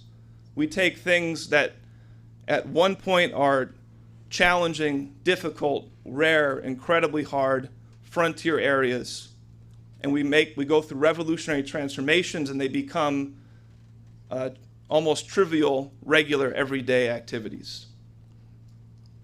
That's what it means to be human, and that's how we have to look to the moon and Mars. The infrastructure and technologies needed for lunar industrialization, together with fusion propulsion systems, is the basis for a new economic platform, what we might call tomorrow's interplanetary railroad, completely transforming mankind's relation to the solar system. So we briefly sketched some idea of our prospective relations to the moon and Mars in the next 50 years, the next 2 generations. But what about Earth? What does our world population require in the next 2 generations?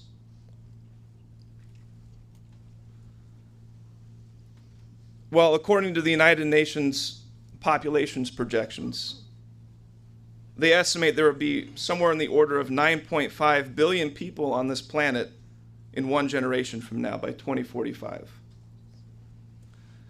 And 10.5 billion people 2 generations from now, by 2070. The question is, what are these people going to require? What will the world economy need to look like in 50 years, in the Earth's next 50 years, the solar system's next 50 years? Well, according to Lyndon LaRouche's work in the science of physical economics, a healthy, progressing economy should have roughly half of the labor force employed as productive operatives, employed in areas such as capital-intensive agriculture, mining and refining, the industrial production of physical goods, and developing and maintaining basic economic infrastructure, to quote Mr. LaRouche. So if half the world's labor force should be employed in these productive areas, taking these population projections, we can estimate that the world is going to need a total of 1.8 billion productive jobs by 2045 to sustain healthy, developing economies, and 2 billion productive jobs by 2070. Additionally, LaRouche says that you want about 5% of your labor force employed in areas of advanced science, high technology, research and development. For example, in the space program, fusion development, these types of areas. So, by 2045, we should be looking at somewhere in the order of 90 million science and technology, research and development jobs globally, and 100 million by 2070 around the planet.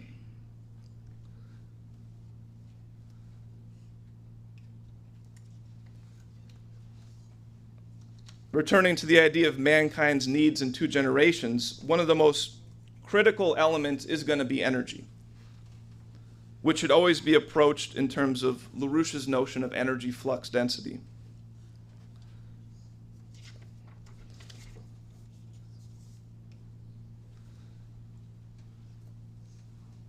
For brevity, we'll focus on national electricity consumption per capita, so the amount of electricity consumption on average for a person in a country, as a proxy measure for the energy flux density of a certain given nation. So in one study we've been working on, part of the basement research project, this Earth's Next 50 Years Perspective, is we looked at the current data for energy consumption, electricity consumption per capita globally, and looked at a sample of 34 countries with currently the lowest levels of energy flux density, as shown here. These countries presently, if you average them, have about the same electricity consumption per capita that China had a generation ago before they went through a major revolution in power development in 1990. So if over the next generation, these 34 nations go through the same energy flux density increase that China has over the past generation, what are we going to need? Just to replicate the kind of advance that China has gone through, this excellent development China's gone through in recent decades, for these other nations, that's going to require something on the order of 2,000 gigawatts of new power generation. That alone is 70% of the world's current electricity consumption, just to give a sense, just to bring some of these lower energy consumption nations up to this higher level. And these are life and death issues. National energy flux density is strongly correlated with a whole range of quality of life and mortality effects.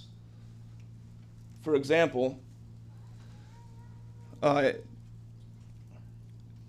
nation's energy flux density in terms of their electricity consumption per capita will very, very strongly predict things like infant mortality rates, which is shown here.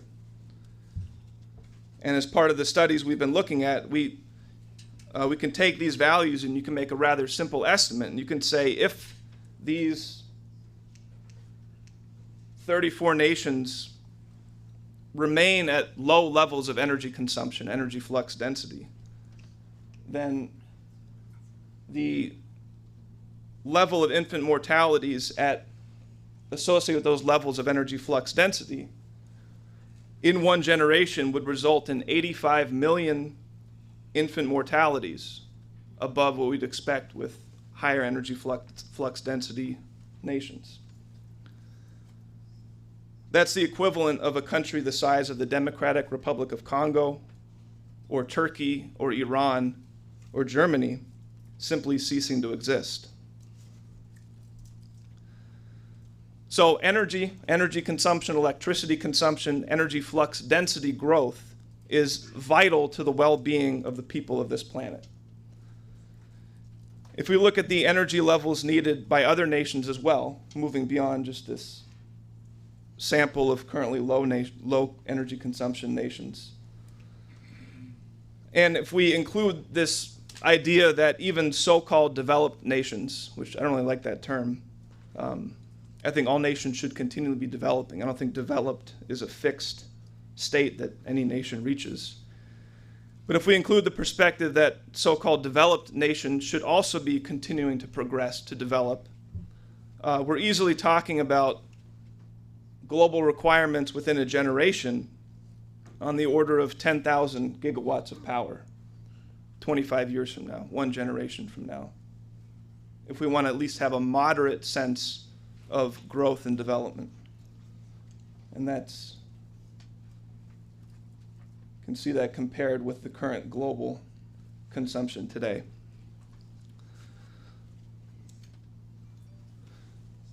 Additionally, we can look at a whole array of other considerations. You can look at the rail requirements for development, which for time's sake, I'm not going to get into. Water is a major issue globally. We're going to have to go through major programs to develop the fresh water needs to support the world population. So when we take this generational perspective, when we take this 50-year perspective, looking at where we need to be, where the world should be, one generation, 2 generations from now, what are the basic development requirements? The picture really is immense. You know, thousands upon thousands of gigawatts of power, hundreds of thousands of kilometers of high-speed rail lines, massive freshwater development projects throughout the planet. And those would just cover some of the basic infrastructure elements of water, power, and transportation. Obviously, much more will be needed together with that. So when you look at questions like this, foolish people will say, well, we can't afford a space program given all of these requirements. And they couldn't be more wrong. The reality is we can't afford not to have a space program exactly because of the requirements of mankind on this planet over the coming generations. And not just a small-scale operation like we've had in recent decades in the United States. Mankind requires a space program that will push the frontiers of mankind's productive capabilities, push the frontiers of science and technology, perhaps most important, push the frontiers of the creative imagination of new generations. So in that sense, LaRouche's Moon-Mars program is a requirement. It's a required program. It does not compete against the requirements for the developments on Earth. It accelerates the process of developing the Earth. And I'd like to return to Mr. LaRouche with another short clip, this time from September in 2000, another international address he was giving. And he summarizes his earlier 1980s argument for the space program to become a joint cooperative economic driver between the Soviet Union at the time and the United States at the time. Why don't we go back to the space program of Kennedy?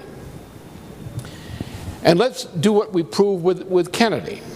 Remember, according to the estimates which were made in the middle of the 1970s, the United States got more than a dime of additional GNP out of every penny the United States invested in the space program, the Kennedy space program. The point is that since increases in productivity come directly only from improvements in technology derived from fundamental scientific discoveries, the higher the rate you convert fundamental physical discoveries into practice, the greater the rate of increase of productivity per capita of population and per square kilometer of area. The problem of both the Soviet system and our own, though in different degrees, I said at the time, was that the United States was not generating a rate of net growth in physical productivity sufficient to maintain the economy. Therefore, we needed a program for forced draft, science-driven, technological progress with some mission, like the moon mission, but as a byproduct of that mission, such as the moon mission, we would generate spillovers in terms of technological progress by such a crash program to put the United States economy back on the plus side in terms of net growth.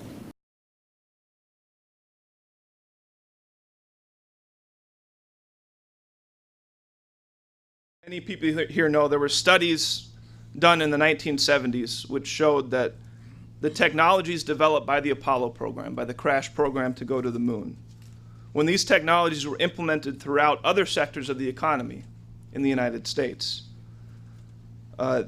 this increased the total productivity of the economy dramatically. This ensured that what the U.S. economy gained in terms of increased productivity in other areas, simply through increased productivity, was far more than it had spent on the Apollo program.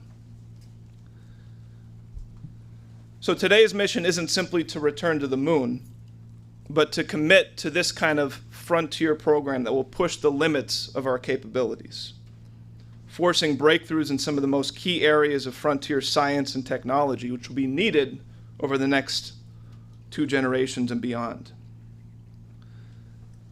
And in broad terms, we can look at some of where these areas are going to be. We're certainly going to make developments in advanced nuclear fission systems. These will be needed for propulsion. These will be needed for power. These are definitely needed for near-term implementation globally if you look at the power requirements of the planet. But that's just going to be a step. We're going to require major breakthroughs in fusion power. Fusion power for electricity, fusion power for propulsion systems throughout the solar system. And this is actually going to open up an entire new domain of activity in the economy, opening up what some of us have called the fusion economy perspective, with whole new types of manufacturing processing capabilities, which will be enabled by this new set of technologies. We're going to require advanced mining, processing, and manufacturing on the moon and other extraterrestrial bodies, which will revolutionize our capabilities for resource extraction, processing, and production here on Earth. We're going to have to figure out how to sustain life in these other areas. You know, huge breakthroughs in biology and medicine and healthcare came out of the Apollo program. And we're going to need to make even more breakthroughs to even begin to consider sustaining human life on other bodies. And there's going to be a whole array of advanced technologies needed to improve our ability to get off the surface of the Earth. New space launch technologies, space planes, scramjet technologies, etc. And all of these will have dramatic benefits back on the economies throughout the Earth. And all of these will accelerate the ability to provide the needs, power, water, energy, industrial production capabilities back on Earth over the next 2 generations. So this is our perspective, defining a realistic goal for mankind in the solar system 2 generations from now. And starting from there and tracking backwards to the present, mapping what do we need to do step by step to achieve this mission 2 generations from now. And this emphatically includes the development of both the productive powers and the creative imagination of younger generations. Just as President Franklin Roosevelt created his Civilian Conservation Corps system in the 1930s United States to train and develop the youth at that time, today we need to be looking at reviving those types of programs, asking what do we need to do to upgrade the skills, the capabilities, and the creative passion of the younger generations to ensure that they're committed to completing this mission. And with that, I have one last clip from Mr. LaRouche from 2009, from another international address he gave that same year, where I think he sums up this core issue in a very profound way. So, let's take the space program.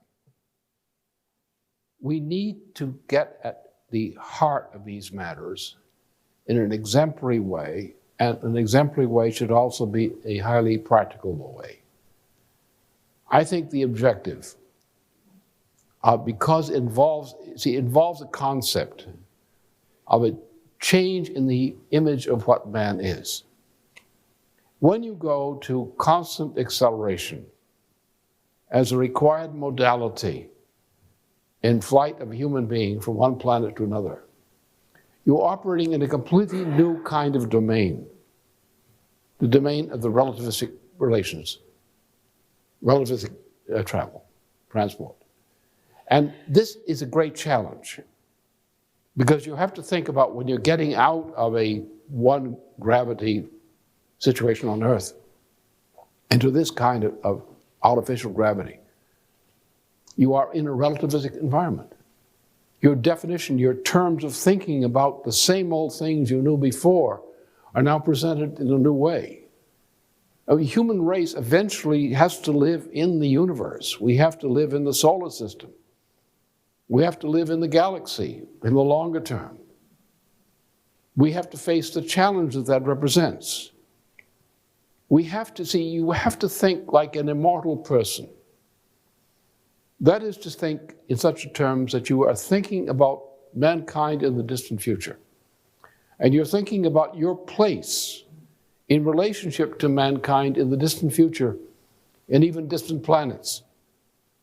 Because you're looking for something in yourself which has permanent value. We're all mortal, we're born and we die. But we're not animals. We're creatively thinking creatures. And the meaning of our life does not lie in our biological existence as such. It lies in the meaning for humanity before us and after us, in what our lives have contributed to the existence of humanity as a whole. We have to see ourselves as human in that way. And therefore, the best way, practical way, is always to look ahead, to look as far ahead as you can look into the future, and see what it is that you must do for the future, so that your hand is at the tiller long after you're dead, in that way. And obviously, if you're going to chart a course, you have to chart a good choice of course. So pick one. Pick a destiny. Pick a destiny 2 generations, 3 generations, 4 generations before your life today. Try to reach that far. Try to make something that you do something that contributes to the future of humanity. Find your identity in the future of humanity after death. Commit the kind of acts and kind of development that mean that. And act accordingly. Because that is the secret of true happiness. That is the pursuit of happiness as understood by Leibniz, as recorded in his second reply to Locke, which became the cornerstone of our Constitution. Through first the Declaration of Independence, where it is the meaning of our existence as a nation, and was reflected again in the preamble of the Constitution in its own way. We have to be immortal. We have to be immortal by assuming immortal responsibilities. Reach beyond our own life to what we can do now, which will touch in a beneficial way generations of people after we're dead. In that way, you know you're immortal. If you think like that, you know you are immortal. If you can act like that, you do even better.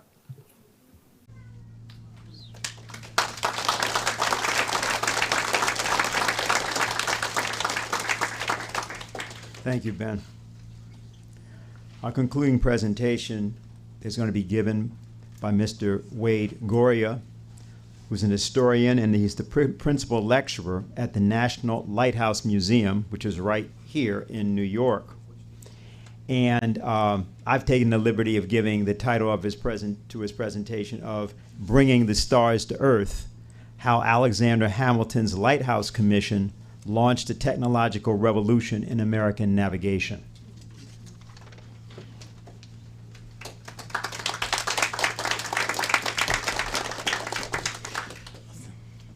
Thank you. I'm delighted to be here, and there's so much intellectual energy here and down in Washington and in our great country and around the world. And it's the job of good government, of extraordinary people, to harness the energies, the entrepreneurship, the talents, the intellect of people in order to achieve great things. Your first thought might be lighthouses. We have a presentation here on going to the moon and going to Mars, and what does this have to do with lighthouses? So I want to clarify this for you at the outset. It's not because they look like rockets. We can eliminate that one. It's because lighthouses light the way to the sea, and the sea provides commerce and trade, and commerce and trade generates the money that's needed to do all these great things that we're talking about today. Without it, it doesn't happen. And I think we need to understand that right now. So I have a very little bit of time to talk about a great lot of things. But I'd like to introduce to you the idea of Alexander Hamilton as a guiding light of American commerce. Alexander Hamilton is one of those great people who existed in a moment of time, who was able to fashion one of the greatest countries on the history of the planet. Since we have other people from different countries here, I don't want to say the greatest country that ever existed, but one could make an argument for that. Let's just say this. And we have a presentation here now. Let me just. All right, we're gonna start off with a earliest known picture of Alexander Hamilton as a young boy growing up in the island of Nevis. He later would live in St. Croix.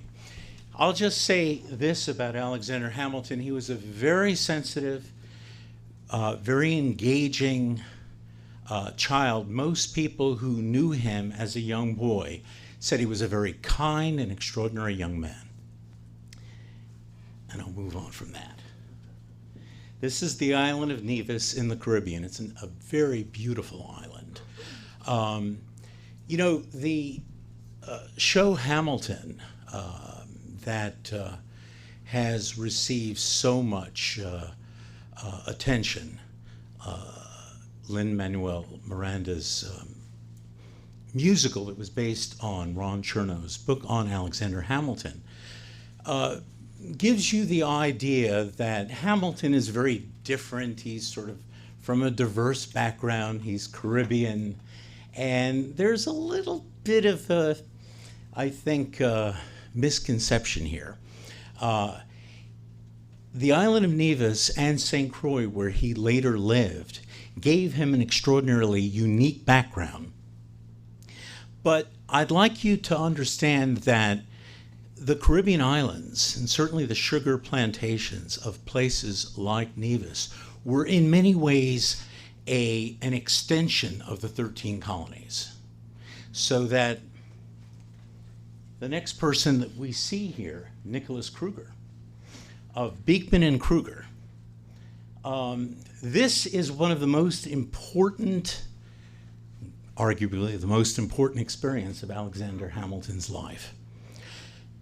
Hamilton did not come from the poor, struggling background that a lot of people would like maybe to fashion that he did. He had difficulties, and we won't go into all the family stuff. That's for another time. But he did have an extraordinarily gifted mother who came from a French Huguenot background, taught him fluent French, and the Marquis de Lafayette was very complimentary about Hamilton's French. In fact, Jefferson and Franklin were struggling like crazy with their French, and Hamilton spoke beautifully. So he learned about French culture, French economy, and he learned all about the business of Beekman and Kruger.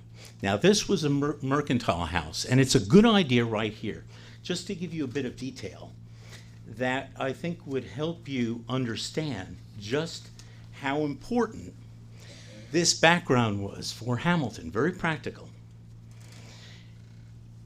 At the age of 14, he was literally running a counting house that was involved in every imaginable activity. There is no founding father that had this kind of background. He had intimate knowledge of the business of iron, lime, rope, mules, cattle, timber, bread, flour, rice, lard, pork, beef, fish, black-eyed peas, corn, porter, cider, pine, oak, hops, shingles, and lampblack, which is a resin that was used in sometimes in ink. He knew all about these products, where they came from, what they did in the economy. He had to compute currencies, Dutch stivers, Portuguese coins, Spanish pieces of 8, British pounds, Danish ducats. He knew everything about everything in terms of international commerce. And when he came to the United States at age 17, it's an extraordinary story. He went on a ship called the Thunderbolt, which first went to Boston. And the Thunderbolt was going past Cape Hatteras, which is one of the most dangerous waters in the world, known as the graveyard of the sea, graveyard of the Atlantic. And while he was passing Cape Hatteras, they hit rocks, they hit a shoal. And the ship almost burned down. One of the most common things that happens to a ship when it hits rocks is not only does it split and sink, but very often it knocks over lanterns and the ship burns up. So he had a very close call with death. But they survived. They put out the fire. The ship went on to Boston, and his career continued. Very interested in what was going on during the Revolution, because Nicholas Kruger, his uncle had been a longtime mayor of New York City. He was very interested in opposing the stamp tax. Hamilton knew what was going on in New York City. He didn't come in as some stranger and say, oh, this is an interesting place. I think I'm going to learn about the culture and become Secretary of the Treasury. He knew what was going on, and he had contacts. Nicholas Kruger opened a lot of doors, opened doors to people like John Jay and to Alexander McDougall, who became a very important military figure. And it was Alexander McDougall that got him a position as the captain of an artillery provincial company, which established his military reputation at the outset. By the way, one of the things that I think distinguishes him from the point of view of lighthouses right away, he led an expedition to try to take over Sandy Hook Lighthouse, which is located at the entrance of New York Harbor, because he knew how important it was as a guide for ships. That little expedition failed, but it nevertheless distinguished him as somebody who was very brave, bold, and smart about what was needed to be done. Now we have famous statue of Alexander Hamilton, George Washington, and the Marquis de Lafayette in Morristown Green. And again, you see three very, very important figures of the Revolution. There's so much to talk about, there's so little time. When Alexander Hamilton caught the attention of Washington, he was introduced by General Nathaniel Greene. He had been so amazing by the accounts of so many people. And up in White Plains, Nathaniel Greene had a chance to get to know Washington, eventually introduced him to Washington. And Washington, this is one of the great things about the United States and George Washington. This was a man who understood that a brilliant person need not be a threat to you.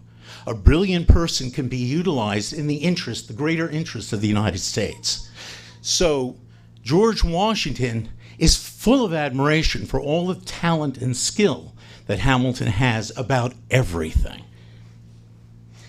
This is when he became Secretary of the Treasury, he did a great many things.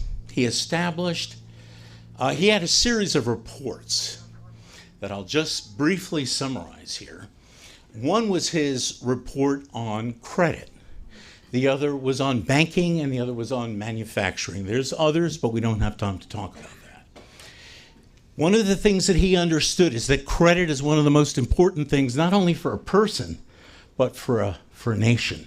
And unless we had good credit, we would not be able to borrow money at low prices. There would not be trust.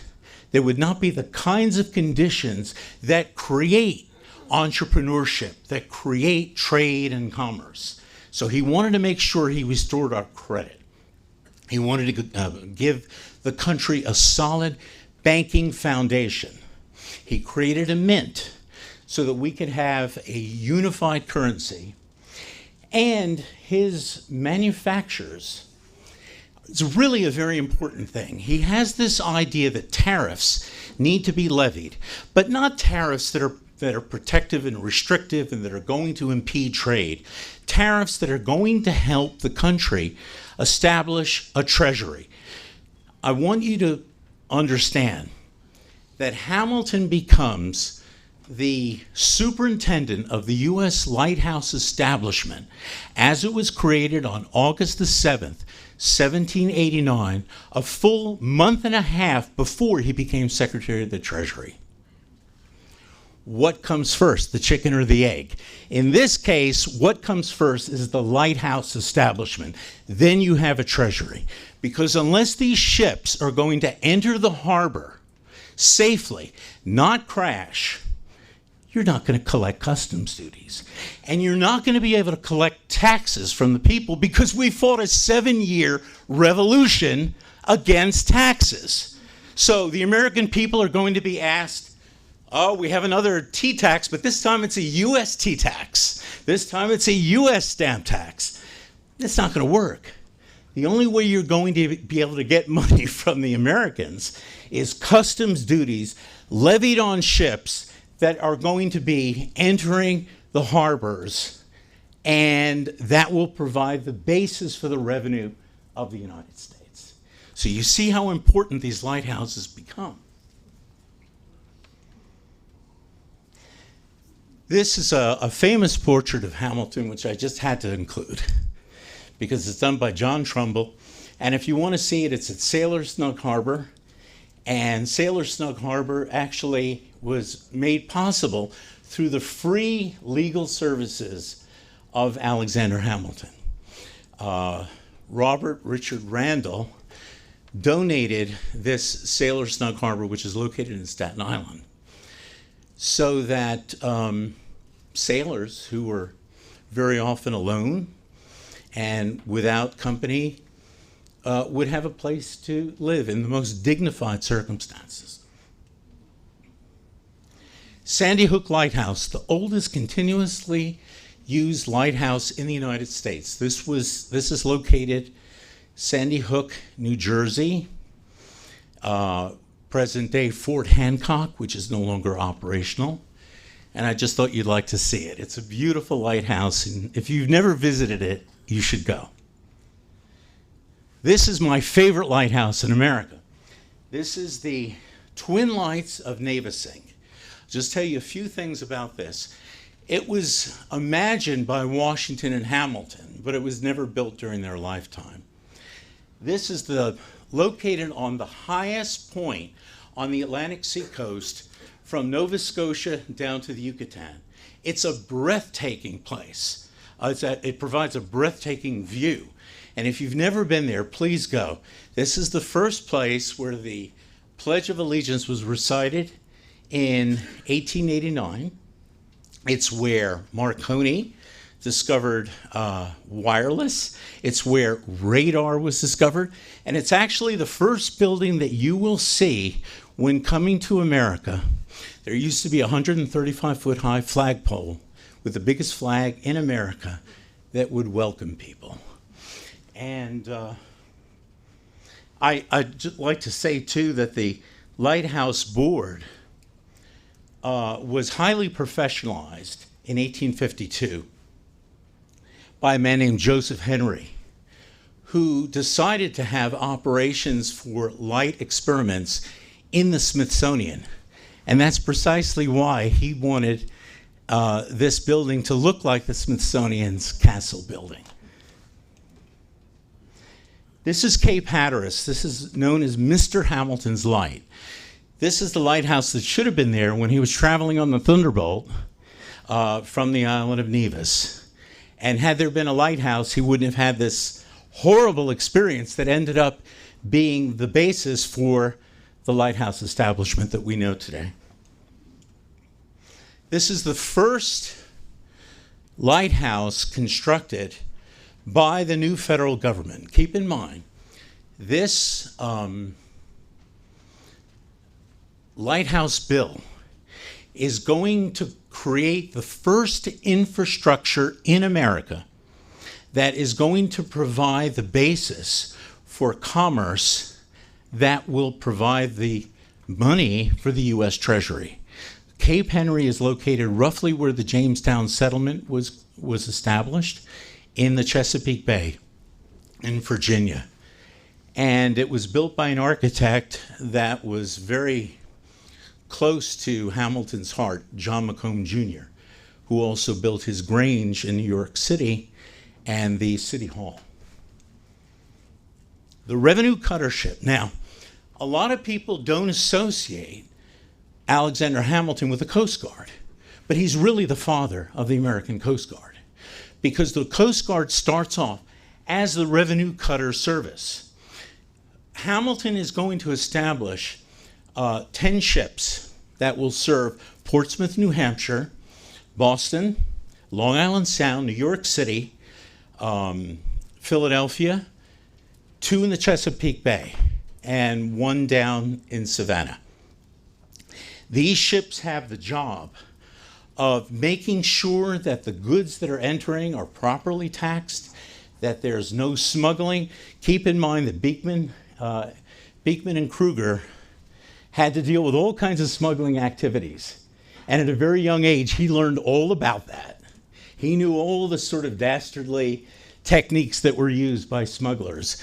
And he sent out circulars constantly to the masters of the ships to make sure that you treated the people in a decent way, but in an effective and firm way. We don't want people hating the American government the way they ended up hating the British government. Now, that Society for the Establishment of Useful Manufacturers was part and parcel with the establishment of Paterson, New Jersey. If you've never been to Paterson, New Jersey, you should go. It's a great place. I remember my father was in real estate, and I have a half Lebanese background, which is why I wrote a book on Lebanon. And he used to sell houses to Lebanese silk merchants who had operations in Paterson.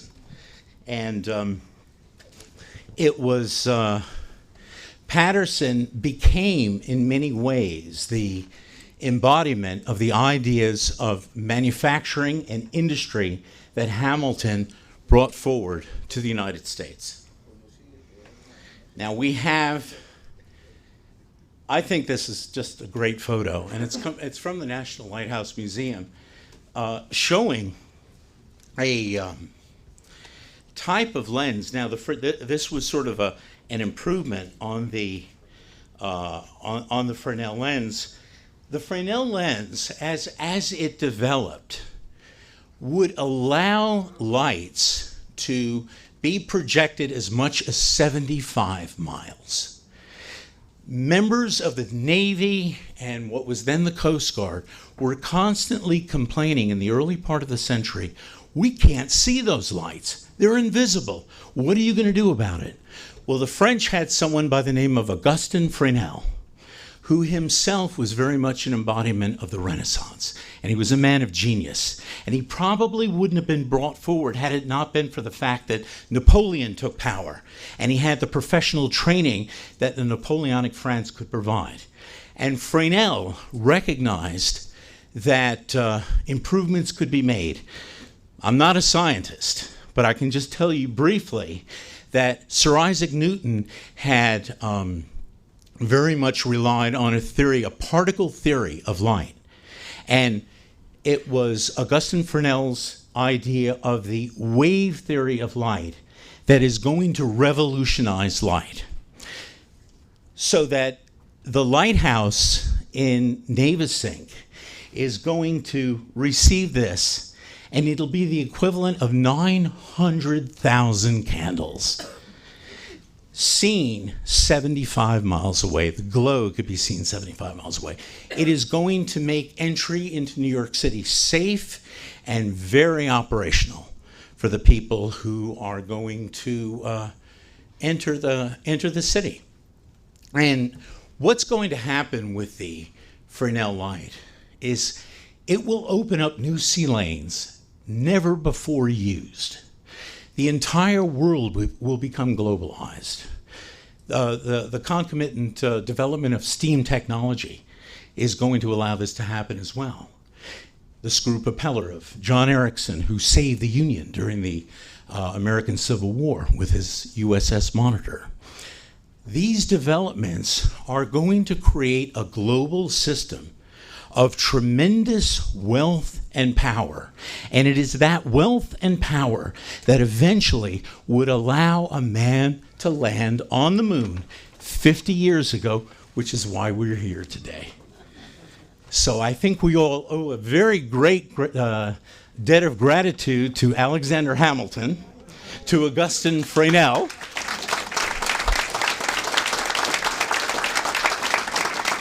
because these were the true geniuses that made this all happen. I'm going to end with a short quote here.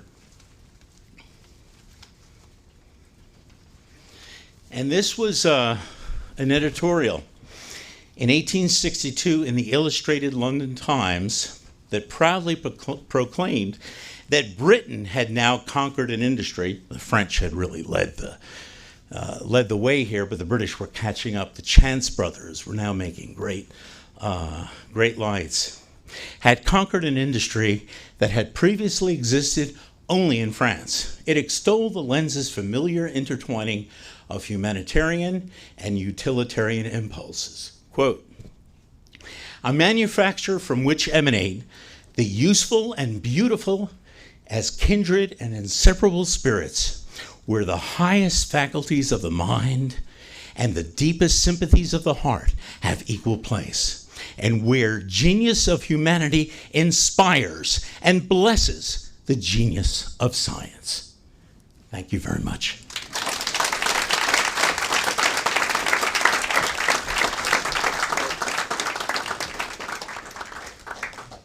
What we're going to do now is the following, because of both time and also I understand that Helga's still with us, which I applaud since it's 6 hours later in Germany. What we're going to do is we're going to prioritize our questions to her and to the Consul General of China, both of whom have time constraints. So what I'm going to ask people to do is, this is the microphone here. Are we able to get Helga up on the screen? Is that possible? Okay, as we're doing that. But if people can line up, so that we can do that. And what we'll do is we'll do this for approximately a 20-minute period, and then we'll take a short break. Take a break.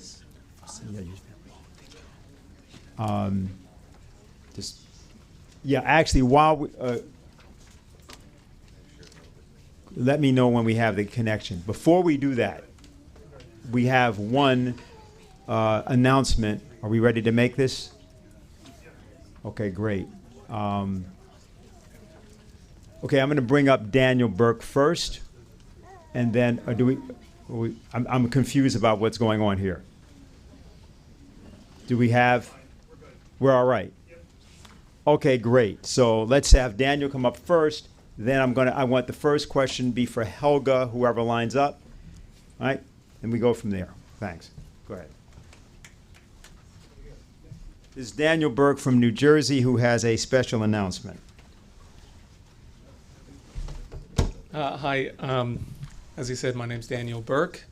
My wife Asuka and I, we've been long-term activists with the LaRouche movement, and I'm happy to take the opportunity today of this conference and of the 50th anniversary of the moon landing to announce that we're running for U.S. Senate in New Jersey.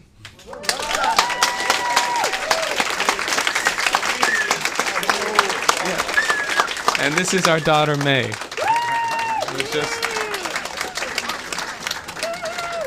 So I just have a brief remark to make. So one of the reasons why we come to this decision, over the past 6 months, I've been a member of a LaRouche PAC team that's been on many campuses in New York City. We've been at Columbia, Hunter, CCNY, NYU, Fordham, LaGuardia Community College, and several others. And the students who we meet on those campuses, they've been immersed in a culture that causes many of them to accept a certain popular opinion that the world needs fewer people.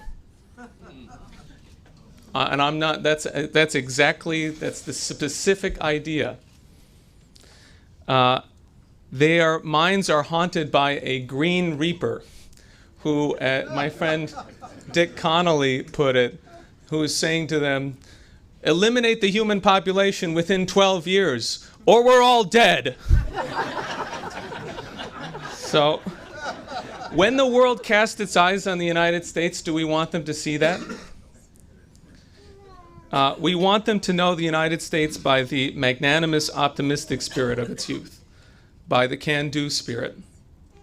We want them to know that we have large numbers of people who choose to fight for the vision of the future advanced by Kraft Erica, by Lyndon and Helga LaRouche, a vanguard of American students devoted to winning the political fight for breakthroughs in thermonuclear fusion, for the success of a US, Russia, China, India, Moon, Mars mission, who are prepared to view mankind as a galactic species capable of overcoming every limitation. And if the people know, if the people of the world, if the world knows that United States, if our people wake up to that identity, then we will see the fulfillment of President Trump's Artemis program. We'll see a fulfillment of his commitment to a good relationship with Russia and China. So I want to read to you a poem that captures for me the spirit of the moon landing. It's by Robert Frost, written in December of 1962. Earlier that year, he had been sent by President Kennedy to Moscow on a goodwill mission, and he did meet with Khrushchev while he was there. This poem he wrote just 2 months before his death. It's called The Prophets Really Prophesy as Mystics, the Commentators Merely by Statistics. With what unbroken spirit naive science keeps hurling our Promethean defiance from this atomic ball of rotting rock at the divine safe's combination lock. In our defiance we are still defied, but have not I, as prophet, prophesied, sick of our circling round and round the sun, something about the trouble will be done. Now that we found the secret out of wait, so we can cancel it, however great. Ah, what avail our lofty engineers if we can't take the planet by the ears, or by the poles, or simply by the scruff, and saying simply we have had enough of routine and monotony on Earth, where nothing's going on but death and birth, and man's of such a limited longevity. Now, in the confidence of our newfound levity, our gravity has been our major curse, we'll cast off hawser for the universe.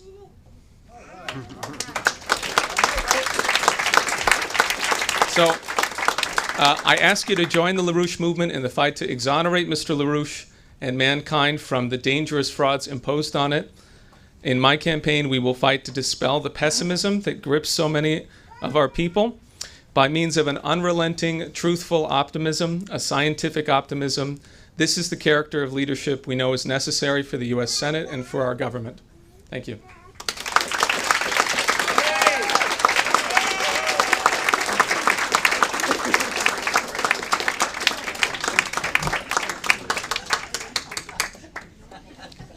Okay, we seem to have a lineup.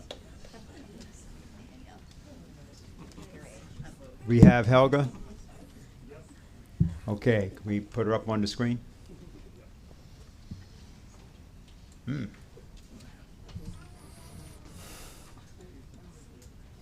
just saying me. Oh, there she is. All right. Are you able to hear us, Helga? Yes, yes. All right, very good. So we're going right to questions. Go ahead. Hi, Helga. Can you hear me? If not, come right up here. I'm not sure. Okay. Yes, you said yes? Okay, go ahead. Okay, so hello again from Alvin. Earlier this week, we did a rally. We worked at a rally and made visits in Washington, D.C., a number of activists and members. We found that we went in on two premises. The others can't hear you. Come up here. Come Okay. up here. Just work with me. Fine. Okay, so in that visit, in that rally, there were several meetings that took place with representatives from the relative committees that are involved in space and so on. Now, in these meetings, in our rally, in everything we did, the lead was always the relationship and the connection between the exoneration of Mr. LaRouche and that being the way toward Mars and the future. And the reports I received, I did not sit in on any of the meetings with aides or representatives, but that there was a bipartisan sense of optimism and, of course, around using the occasion of the triumph of Apollo and the president's intention and announcement to expand and advance that program. So the people in the relative committees from both sides of the aisle responded very favorably, I'm hearing, initially at least anyway. There may be a fight down the road. And the exoneration of Lyndon LaRouche as being a central piece to that advancement and understanding that was never once objected to on any level. And so my question to you is, what's the principle taking place here that something that, to my knowledge, never took place, yet now we see a potential opening as work continues to educate and expand them around such a happy prospect?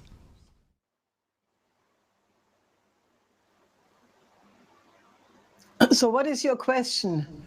What is the principle here that's happening where we're invoking the name of Lyndon LaRouche and his complete exoneration and pushing toward a Moon-Mars project, and not a single representative reacts negatively to that idea?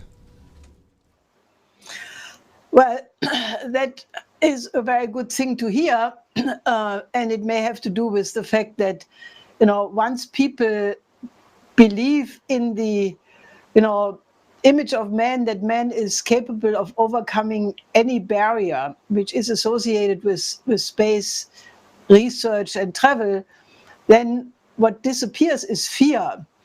Because why did people accept the prosecution of my husband in the first place? Well, many people knew that, this was an outrage, and we had, many meetings, the Frühmenschen Commission meetings. We had international guests from all over the world who, testified to this.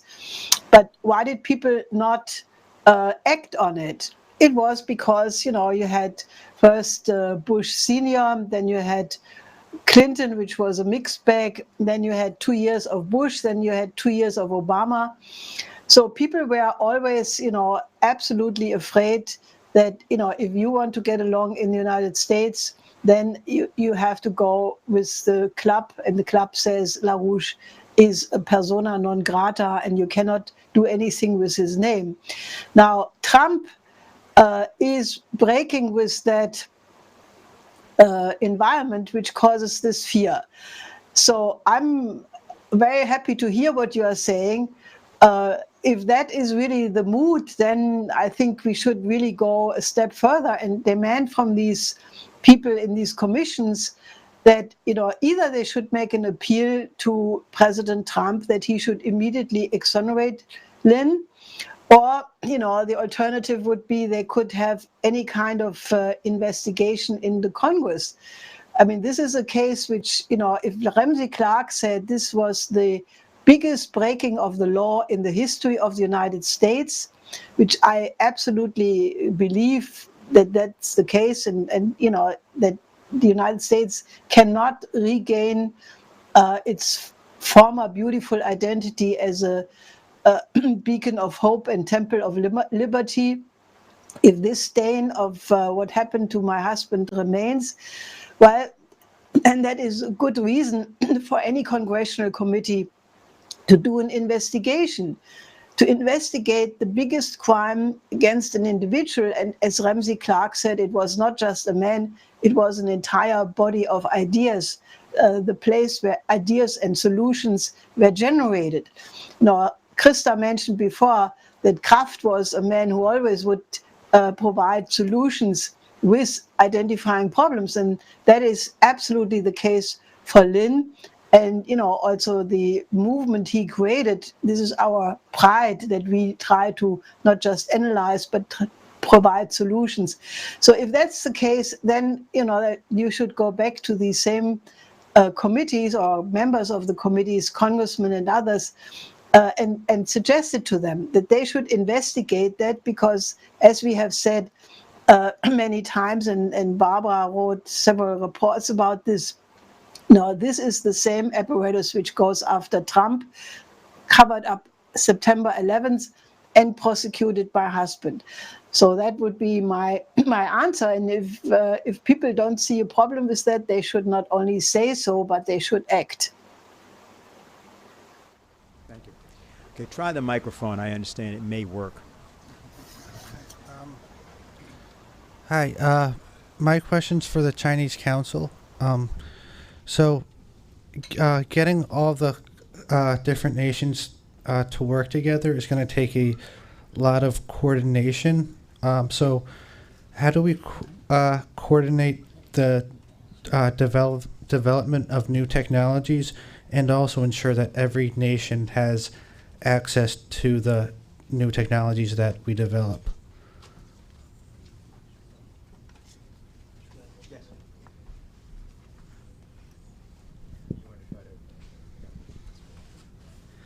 Thank you very much for your question. So the cooperation, you mean the cooperation should be coordinated, or should anyway we have to coordinate?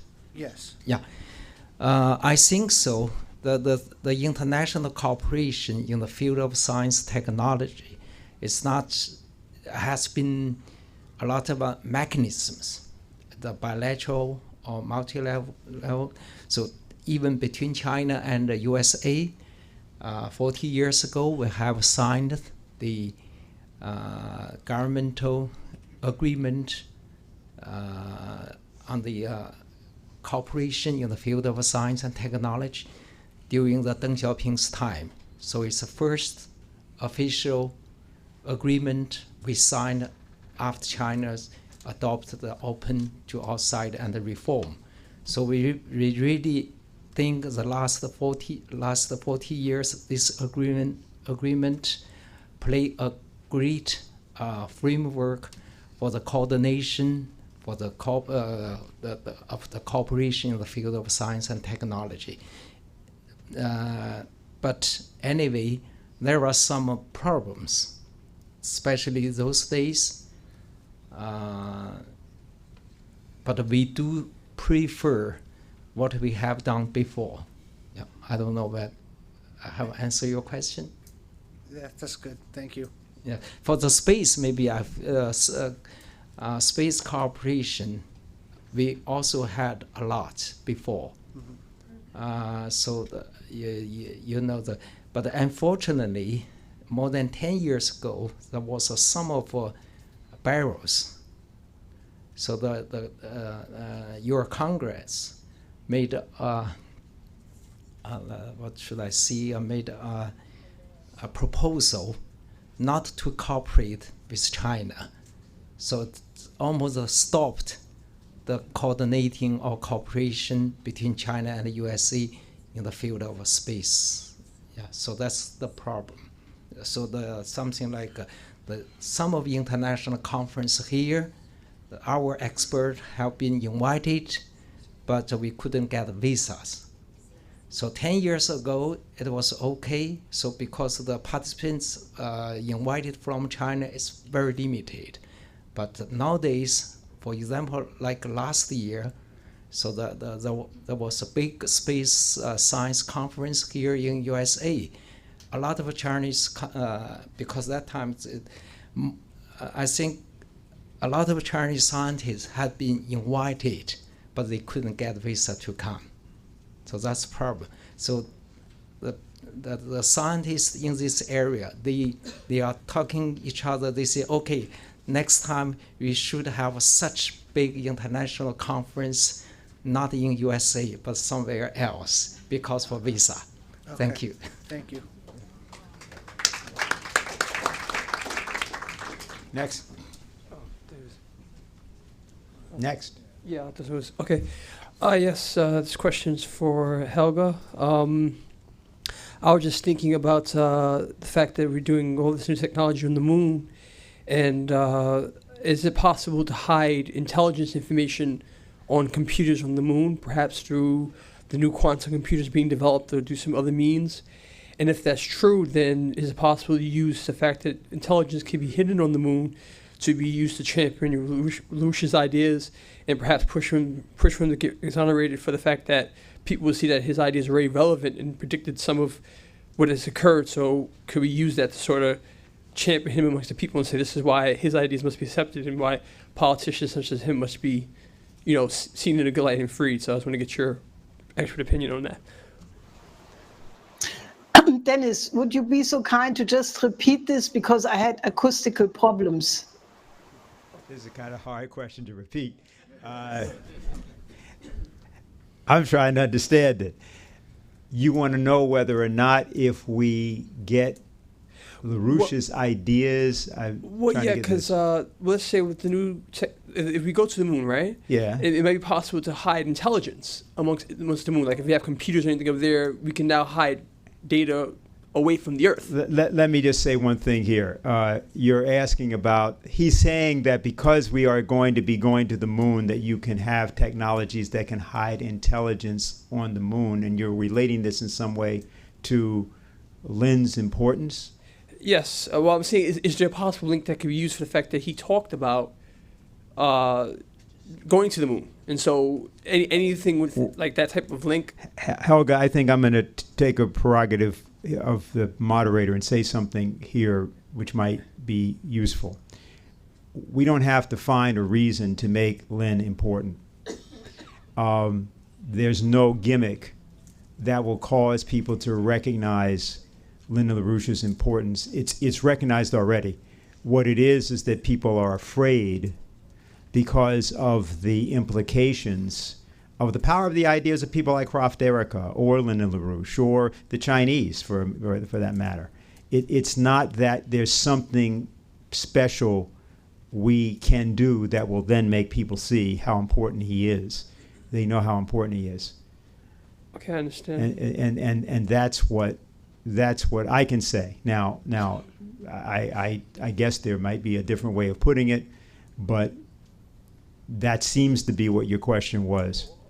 Yeah, I guess I was going to see, can that in any way enhance like our cause in any way? Is it possible? I don't know. I'm not an expert. I'm Right. You're asking whether or not something special done around the moon can enhance our cause. Yeah, in any way, or yeah. Okay, that was his question. I mean, and I using said that what specific I said. example, but yeah. Yeah. Yeah. So does that help, Helga? Do you want to say anything about that? I think that, you know, if you look at the different articles and speeches made by Lynn, I challenge anybody, you know, I mean, the only person who is on, you know, a match to what Lynn has been saying is people like Kraft Erika. But, you know, Lynn has developed a scientific method which is absolutely unique. And if the United States wants to, in a certain sense, be, you know, part of this future coalition of countries, you know, they have to do justice to their greatest son. And I challenge anybody who says, you know, LaRouche was not that, you know, to come forward and debate it, because, you know, it's like, you know, if the Greeks would have abandoned Plato, if Germany would have abandoned Leibniz or Schiller, you know, it would not be the same country. The United States will never be the United States as it was intended by the founding fathers if they do not open the, you know, gates for every school child, every student to study Lynn's works. I mean, to study Lynn's works must become so self-evident and natural, you know, like you study Alexander Hamilton, or you study Benjamin Franklin, or you study, you know, any of the founding fathers. And I think that that is really the challenge for people inside the United States. And I think that that is eminently feasible, but we need a lot of people who have the courage. And therefore, I want to also congratulate Daniel Berg for having taken this decision to run for Senate, which I think is exactly what other people should consider. Take responsibility for the outcome of this period of history, and the exoneration of my husband is the absolute key to that.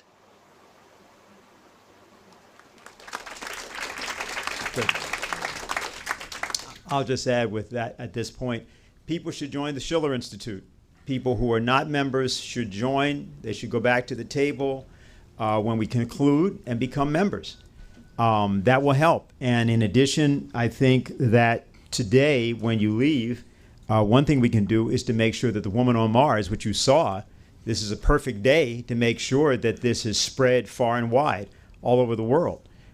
You can do that by contacting your own friends and others, but obviously over the course between now and the 24th, that's the whole period of the moonshot. They splash down on the 24th. So the whole country, as a matter of fact, the whole world is presently focused on that. And so this is a perfect opportunity to allow people to enter the discussion about Lyndon LaRouche in that way. And so when you go back to the table, join the Schiller Institute. You can see my wife, who's standing there trying to drum up business on this question, to do that. So we'll go back to questions now. Go ahead. Hello, my name is Jessica, and this question is for both Mrs. LaRouche and Dr. Jijun. It's on the topic of 5G, and I know 5G has been a topic of international tension between the U.S. and China, especially with its relation to China's social credit system, as I've heard about. So how currently does 5G play a role in the China space program, if there's a connection to it? I did notice in the video, this is technology that's all being infused together and everything's developing together. So I guess what's the international stance on that, and any ideas about that? Thank you. First.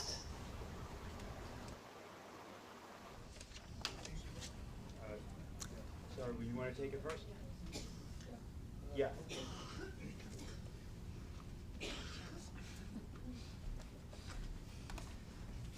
Thank you very much for your questions. Talking about 5G is one of a very hot topic right now. So I think at least the people have a great expectation to 5G to improve the. I think 5G can improve a lot of things, not only speed of the download, but also can connect connect all of things together. So talking about the 5G is one of the area we feel very proud of it, even personally, because if you go back to even 10 years ago, we're still very behind in terms of 3G. So we have for first G, China almost zero. For second 2G, China is a little bit. We bought a lot of things, equipment, infrastructures, but we know it's ICT, the communication will play a great role in the future. So the Chinese government and the Chinese companies has put a lot of input to do the research to follow the international cutting edge technologies. So fortunately, at 3G, we still spend a lot of money for the patent, but we try follow. For 4G, we almost similar to the USA or European, but for 5G, China is now I think it's we have done quite good. So that's why Huawei was attacked. Because Huawei has done too good. There has been quite a strong competitive capacity, so not everybody like that. So but anyway, it's one of the good example. At least we think that China has adopted the new development idea. We should fully use the innovation to develop our country. So that's we think we can compete in the equal position. So something like we really think everybody should be in the fair way. All the mobilities upwards should be access to the upwards mobility should be fair to everybody, whether it's a U.S. company or it's a Chinese company or the European company, even Korean company or Japanese company. So development of technology is not one single country can take the leadership all the time. You think about the 5G. I read through the articles and reports, even report from U.S. Defense Ministry. So for the second G, something like Japanese was leading the second G. Then for the third G, 3G, then the European leading the position. Then the 4G, USA come on the top. So then 5G, of course, somebody else is possible if you see the curve. So now it's Huawei or China is on the, we are together with USA or other countries on the track of the leading. So that's why it's not acceptable. So that's I don't know whether I answer your questions. I'm sure if there is 6G or 7G, maybe some other countries. So that's the competition we learned the competition from developing countries, from USA, from Europe, from Japan. Before we had a plan, we call planning economy, so it's not, encourage the competition, so we were left behind. But nowadays we think competition is good. Of course, competition doesn't mean no cooperation. So the 5G, I really sometimes confused. So hardworking people, why not have the similar access upwards? Like 40 years ago, I live in countryside. If I don't study hard, nowadays I will be still in the countryside. So some of my kids, we play together. I study hard, so I came to see them more. But they still in the countryside. So I hope the next generation, their children, they can also study hard, so they can come out of the countryside. You cannot stop the way. Say, oh, you should not. Even you come study very hard, you should stay in your countryside. It's not the practice. That's my answer. I don't know maybe I add a few words to answer your question and your question together. So the very annoying thing is if you frankly speaking, nowadays between China and the USA. So a lot of things, maybe 2 years ago, those things are very encouraged somewhere. If you are a researcher in the certain fields, even here in USA, they say, oh, encourage you to have some exchanges with colleagues in China or the colleagues in Europe. That's the encouraged practice.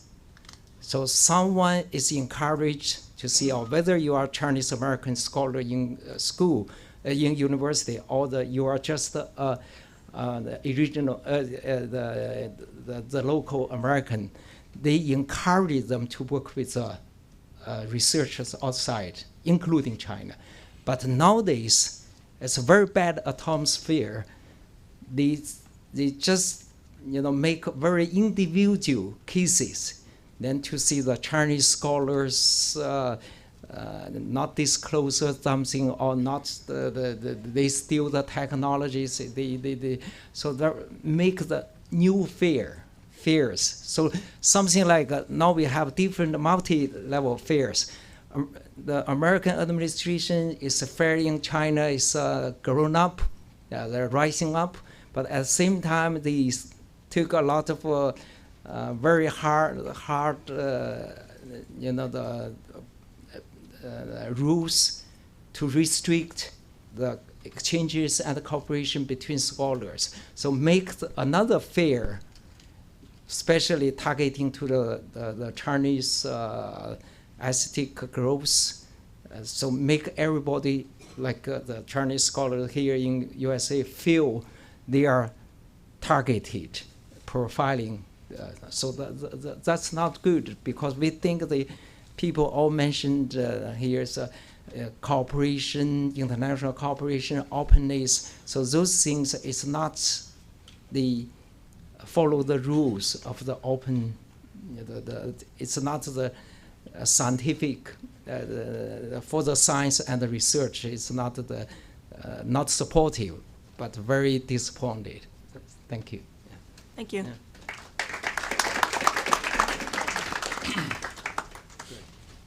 And we'll go to the next question.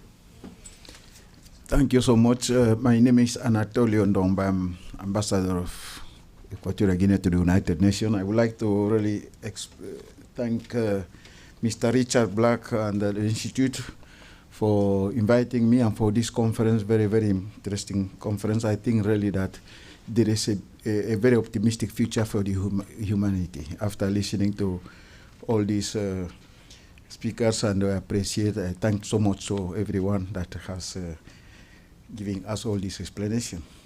My question is to Mr. Benjamin Denniston. First of all, I would like to know what is in his own assessment if the space program in the golden age of President Kennedy would have continued up to today, where could have the humanity been this day now? Second is regarding the moon industry and mines production and processing. What would be the challenges on the environmental impact in the moon and the management of the outer space in general?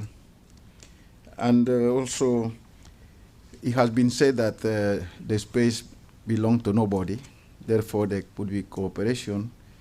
Do you think that when the economic interest will surface in 50 years' time, that will continue to be the situation? Thank you.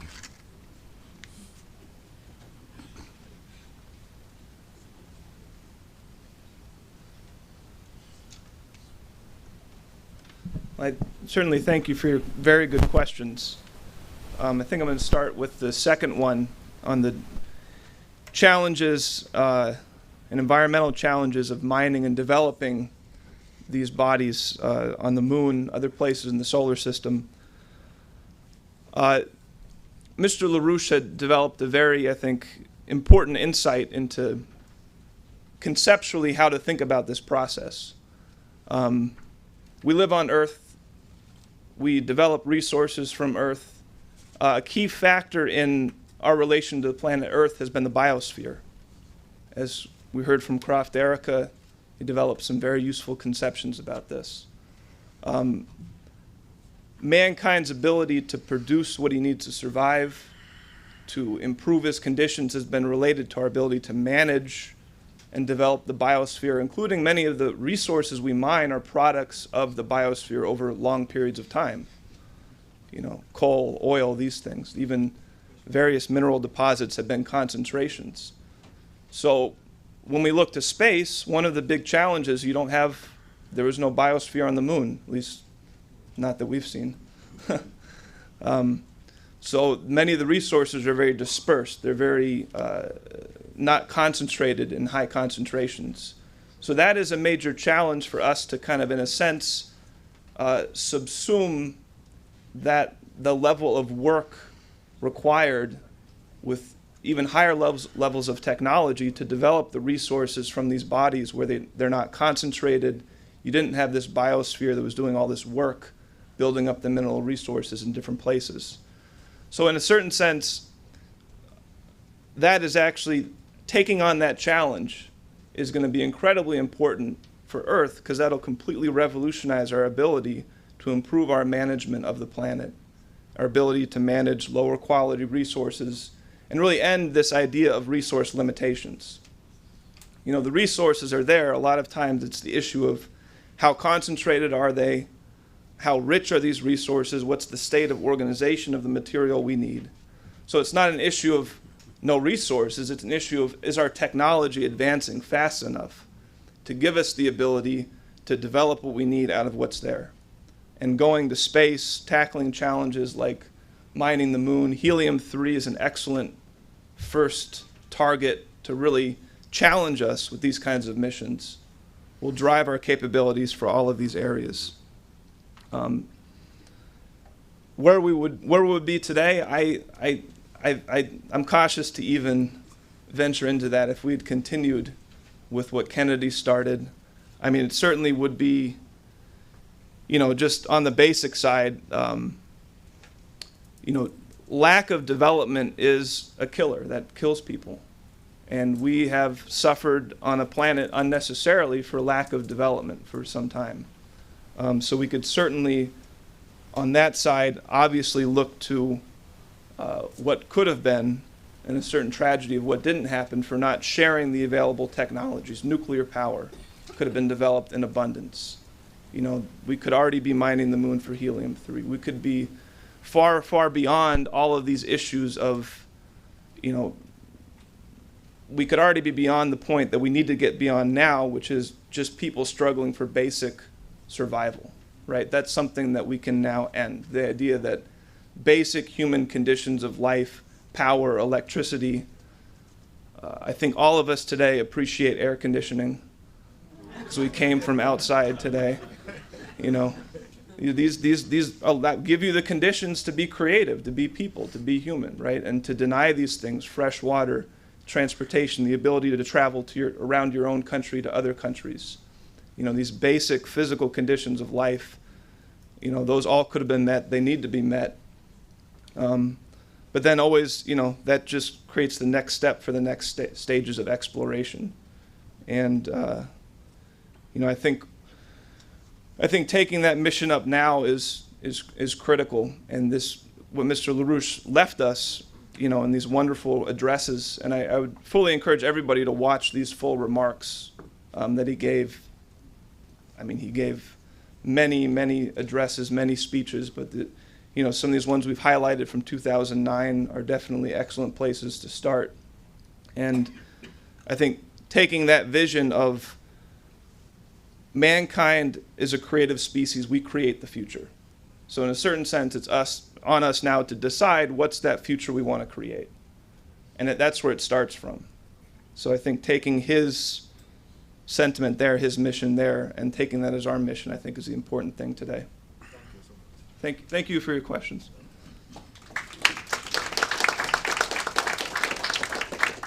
Okay, let me just announce how we're going to proceed because we're coming to the conclusion. What we're going to do is we have something which is directly a response, will help in the response that Ben just gave, which we're going to show.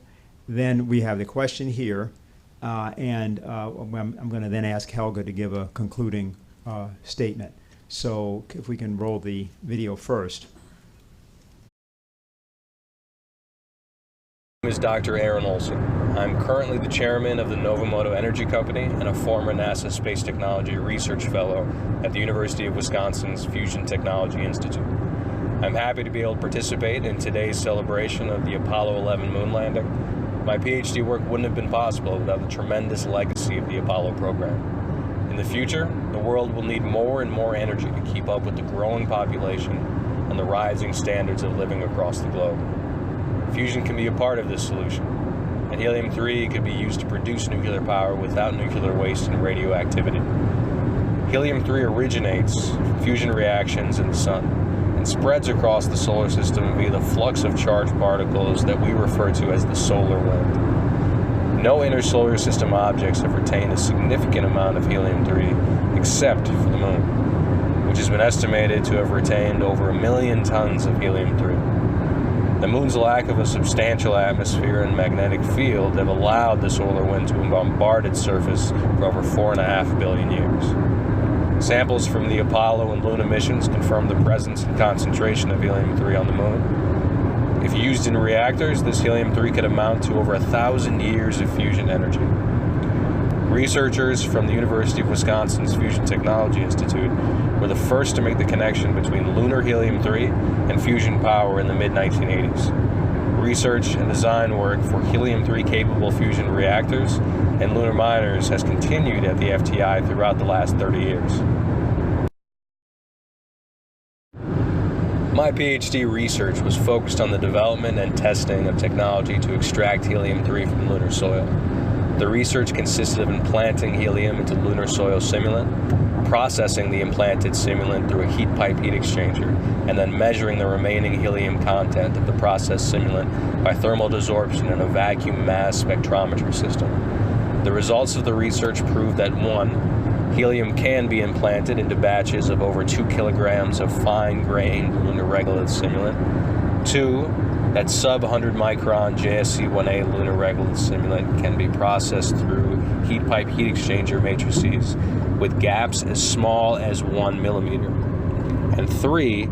That agitation of lunar soil simulant that is processed through a heat pipe heat exchanger can cause a near complete loss of helium in some samples. This agrees with the arguments of Apollo 17 astronaut Dr. Harrison Schmitt that agitation can be a major source of volatiles lost from lunar soil. The research and design work for helium-3 capable fusion reactors and lunar miners has continued at the FTI throughout the last 30 years. Samples from the Apollo and Luna missions confirm the presence and concentration of helium-3 on the moon. If used in reactors, this helium-3 could amount to over 1,000 years of fusion energy. Researchers from the University of Wisconsin's Fusion Technology Institute were the first to make the connection between lunar soil simulant that is processed through a heat pipe heat exchanger can cause a near complete loss of helium in some samples. This agrees with the arguments of Apollo 17 astronaut Dr. Harrison Schmitt that agitation can be a major source of volatiles The next steps of this research effort should involve a more comprehensive study of the amount of helium released due to agitation at various mass flow rates and different pipe matrix arrays. Thank you for your time, and I hope you all enjoyed today's celebration.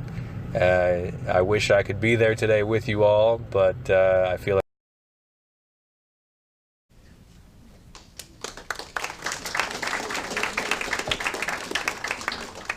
Dr. Jones is a Congolese American who has been working up at the University of Wisconsin on a team including people from Ethiopia and other locations. I think for various reasons that follows, and I want to at this point read some excerpts from a statement given to us today from Philip Sokolibane, who was the leader of LaRouche South Africa. He has a greeting, and I'm going to take 2 paragraphs out of that greeting.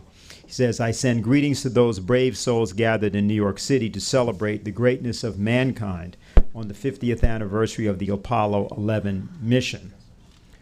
I can tell you that Africans, just like everyone else, aspire to be part of the great achievements of mankind.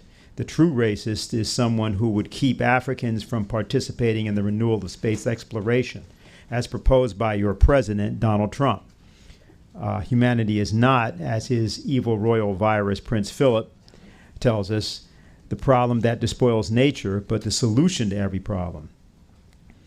It is with sadness that we learned the news on July 6th that the 30-year-old Mandla Maseko had tragically perished in a motorcycle accident. He was known in Africa as the Space Boy after he won a contest to take a suborbital flight.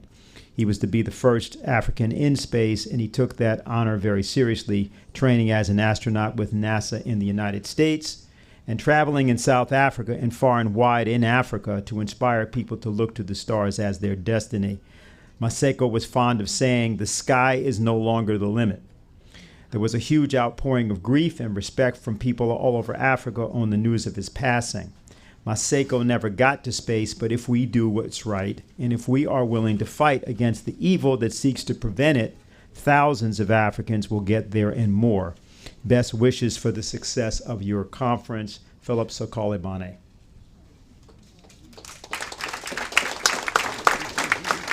Okay, go ahead. Good evening, I'm Patrick from Connecticut, and I want to thank everybody that's here today. This is a historical day. This is for Dr. Sheng. In reference to your helping to find early warning signs, like for the earthquake, and well, I remember that China had a problem with floods, and millions of people died. And they did do something. They built the dams, which control. I don't think there's a problem anymore. And also, they took out, I think it's 700 or 800 million people out of poverty. And I'm looking at our country and how far we've come. And it's just, it's no words for it. Unacceptable. But I just wanted to end with a quote from Dr. Ho, who was a surgeon, eye surgeon from China, and he was part of our group. And he said, when he went to China, he said, I came, I saw, I made friends, and I went home. That was the way he interpreted America. I just wanted to bring that up because China is way out there, and by working together, I mean, nothing's impossible. Everything's possible, and we just have to prioritize our efforts to bring everything, together and kind of take care of the problem we have, which we're working on now. But I had one more thing, and this is for everybody, and it's just a thought. Where's my note? There are two sides to the space program. One is the technicians, the scientists, the men and women that are committed to go into space. The other side are the men and women that make the equipment to go into space. So both of us, on both sides, I'm on the other side. I'm building this stuff. And with that, we will all go to space one way or the other. And I'd like to thank you for my little speech.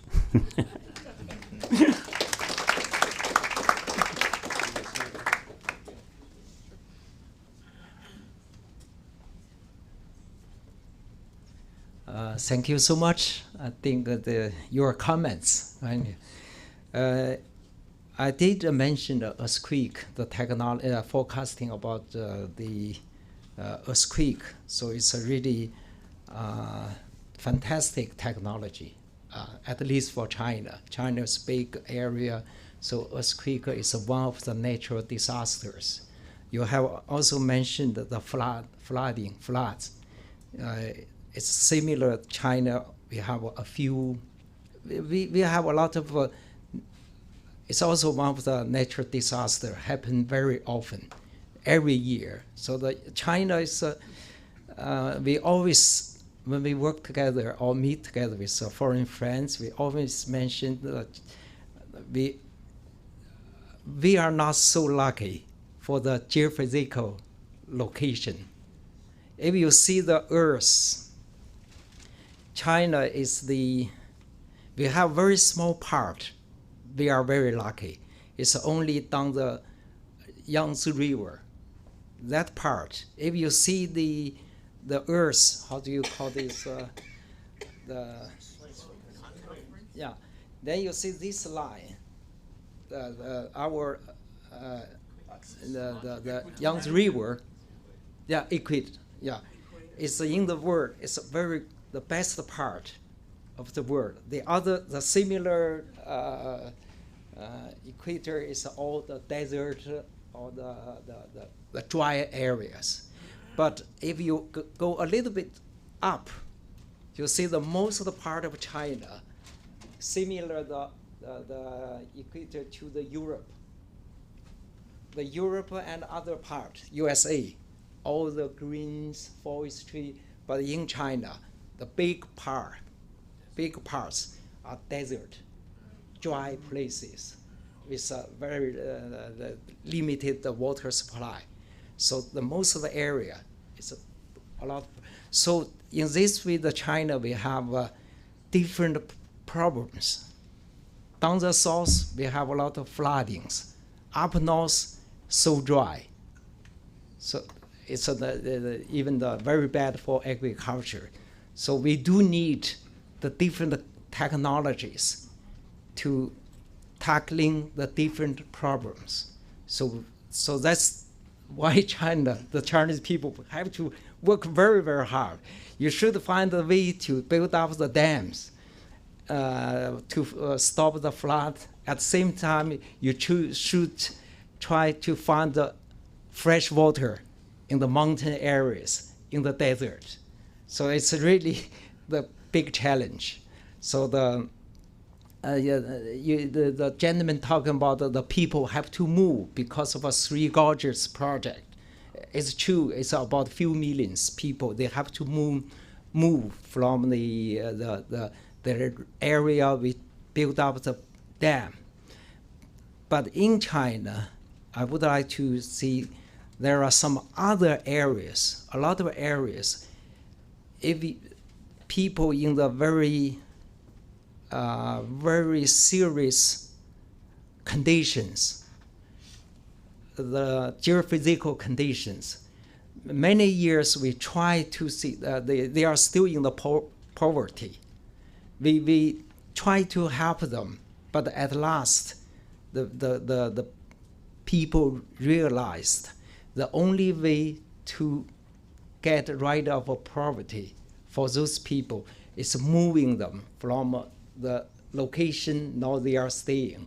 Otherwise, it's very difficult. They will, for many years, still stay in the poverty level. So that's the one of the things we also trying very hard, because you want to move people. Most people, they are willing to be moved, but some people, they like to stay. So we have a lot of contradictory issues. You have to meet. You have mentioned space science. You have two sides, but for the human being, you have many sides. The people that they desire or requirement are quite different. But anyway, we feel if we stick to the policy of the open to outside and the reform, and also we believe in the innovation can provide the technology to help us to change our life. We believe if we do work hard working, then we can have a better future. We can not only help us to get rid of poverty, we can also share our efforts with the people in the other parts, still in the difficult situation. So thank you so much for inviting me and my colleagues here. We have learned a lot, and we were here invited by colleagues from Schiller Institute. I did not know much about it. So today's conference, I see we share a lot of things in common. So that's the great the time for me. So thank you so much for all of you and Schiller Institute. And also I would like to see one thing. The professor gave a lecture about the lighthouse. So I really hope in the future, USA, you build up new lighthouse, the new type of lighthouse to attract the things, more things here, not set up the barrels to stop them. So we see even the 5G, it's the USA now is a little bit like they say behind of China, but it's not the big issue. It's only one small things, a few small things like the technology issues. I can use 1 minute to explain why the China is a little bit ahead of this for 5G. Because for 5G, you have to use the frequencies. You have low bands, mid bands, and it's a high bands. So now the commonly 5G located in the middle bands. But the US, you try to use the high bands. In each band you have advantages, at the same time you have disadvantages. So use the mid band or low bands, you can have easy transmission. So use already existed the infrastructures and can penetrate, can go further, but with cost of the a little bit slow speed. With high bands, you can have a fast speed, but penetration has some barriers. Like you cannot penetrate the people if you have a box here. So you have to have a small box here, especially for this area. So, but for the mid bands, the U.S. government has already given the most of the mid bands to the military use. defense ministry used. So they don't want to open to the, for the new 5G. So that's the problem you face, but not a big one. If you have technology breakthrough for the high bands, then you will be come back to the leading position in 6G. I don't know what is the 6G now, but if you have technology breakthrough, you will be. And also, we do hope U.S. can, take the most of a leading position in the different areas of science and technology, so that we can follow. Some now we have problems, we don't know which way to go, so we really want to yes, yeah, of course. Yeah. So we really hope the new lighthouse can be built up, of course, in USA, and if somewhere else that could be acceptable, right? Lighting the world. Yeah, lighting the world. So thank you so much. Thank you for time. Yeah.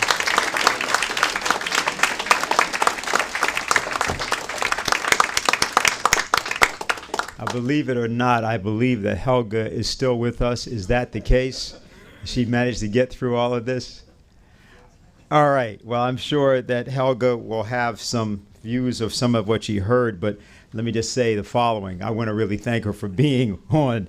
It's now 11 o'clock over in Europe, and hearing all of this. And Helga, I'd just like to have you say something to us in conclusion. And then after that, we'll have a few announcements. Well, I think that the situation is very promising, that we can enter a completely new era of civilization. I think that the people of all countries really are good.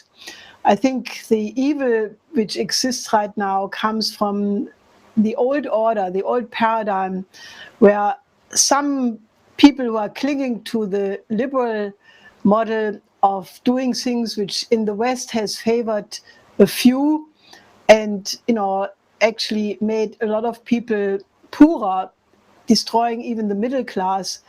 So the conflict right now comes from that. But I think if you look at the people of Europe, of the different European countries, of the United States, of Russia, of India, of China, of Africa, there is right now a real paradigm shift underway, because the spirit of the new Silk Road, which has basically only existed for the last 6 years, has really dramatically changed the situation. And, right now, what you see with the anti-China campaign in the United States, but also in some European countries and some institutions, it really comes from not that China would represent a threat, or Russia a threat for that matter, but it comes from the fact that the Western establishments have been sleeping and have been arrogant. And therefore, when China, made a course since the reform and opening up policy since 40 years, they ignored it for a long time, or they did not really think that China would be able to make such leaps. So if you look at the contradictions, for example, right now, where a lot of the intelligence services say that China is stealing technology, copying things, well, I mean, the 5G, who is stealing what from whom? If you look at who is on the far side of the moon, so who can steal what from whom? And if you look at the fast train systems, well, China for sure has the best fast train systems. And, the reason why China developed such incredible good technologies, fast trains now connecting almost all major cities. They have 26,000 kilometers of trains which go by 350 kilometers per hour. It's about 280 miles. Soon there will be 400 kilometers, and the new maglev train is being developed of going 600 kilometers very soon. Why is that? Because China has a very large population. They have 1.4 million people who like to go during the vacations to see their family So there is a gigantic amount of traffic where millions and millions of people want to travel. And China has taken the approach of problems solving, what Kraft Erika was famous for, what Krista was saying. So, you have right now a situation where parts of the world are in a new paradigm. 126 countries have joined the Belt and Road Initiative. Even 22 of 28 European countries are cooperating with the Belt and Road Initiative. And I'm absolutely convinced that we have to go away from geopolitics. If you stay at a point where one country or a block of countries are trying to defend their interest against another bloc, I think the danger of World War III is still eminently here. If you look at the situation in the Gulf and around Iran right now, it's a very dangerous situation which can easily go out of control. So I think that the significance of today, of the Apollo landing celebration, of the future perspective of having international cooperation in space, is a synonym of what the new paradigm of international relations among nations must be if the human civilization is to survive. I'm absolutely convinced that we are very, very close of a new epoch of mankind, where the relations among nations will be like between the members of a family, a good family, a loving relationship, where everybody is happy about the creativity of the other because it serves the common good. So I think that we are right now at a point where not only a scientific and technological revolution is happening, but I think if we also think that the reason why China is on such a good trajectory is because they have revived their 5,000 years of history, and especially the 2,500 years of Confucianism. They are building now many schools in villages, especially in the village where Confucius was born, new education centers. They have erected a 90-meter high statue of Confucius at the mountain where Confucius was born. And that should be replicated throughout the whole country. So Benjamin Franklin modeled his whole moral theory on Confucianism. I think that there was a long history of collaboration between Americans and China during the time of Sun Yat-sen, the time of Lincoln. And I think that, I think we should not be afraid of the other culture, but to study what is the beauty of Chinese culture, of Indian culture, of Russian traditions. And if we make a cultural renaissance, and each of us has the idea that, the question of the aesthetical education is not some abstract thing for pupils, but it starts with us. So I think the issue of space and the extraterrestrial imperative of having the idea that each of us as a human being has to have a daily improvement to become better human beings every day. I think that there is nothing which stops us from creating a beautiful new epoch of civilization where we put the danger of war, poverty, disease all behind us, because we will be on a path of problem solving and respect the creativity of each nation and each other individual on this planet. And that will be the kind of future Lyndon LaRouche and Kraft Erika were absolutely committed to.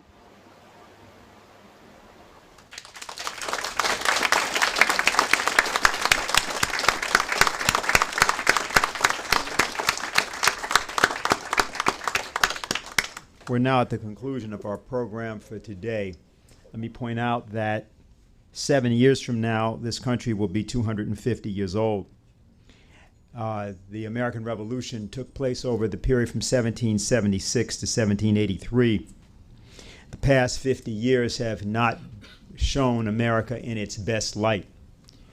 It's clear to those of us who were around at the time that man walked on the moon that we have lost tremendous ground and lost tremendous self-respect. if a revolution were made now using the revolutionary idea of Mars and the Moon-Mars mission and the ideas that you've heard today, and that revolution were carried the same way that it was in 1776 by a youth brigade of people like Marquis de Lafayette, who was about 18 years old, and Hamilton, who was about 19 years old, and John Lawrence, who was about 27 years old, and most of the other people that actually fought the revolution, James Monroe, who was 25, or John Jay, and so on. If that's what we do now, then humanity will join certainly the United States and the people of the United States in working together with the United States to causing the United States to remember itself as it was founded and as it truly is. I think that Helga Zepp-LaRouche, and particularly in her marriage to Lyndon LaRouche, represented that best part of America, because America is not a place, America is an idea. Today, I think we have moved an important step toward bringing many of you and many of ourselves back in the United States to that idea. And that was the purpose of today's meeting, was to initiate something dedicated to Earth's next 50 years. And so I want to have you join me to thank Helga for today, for the Schiller Institute's initiative, and then we will move forward from here.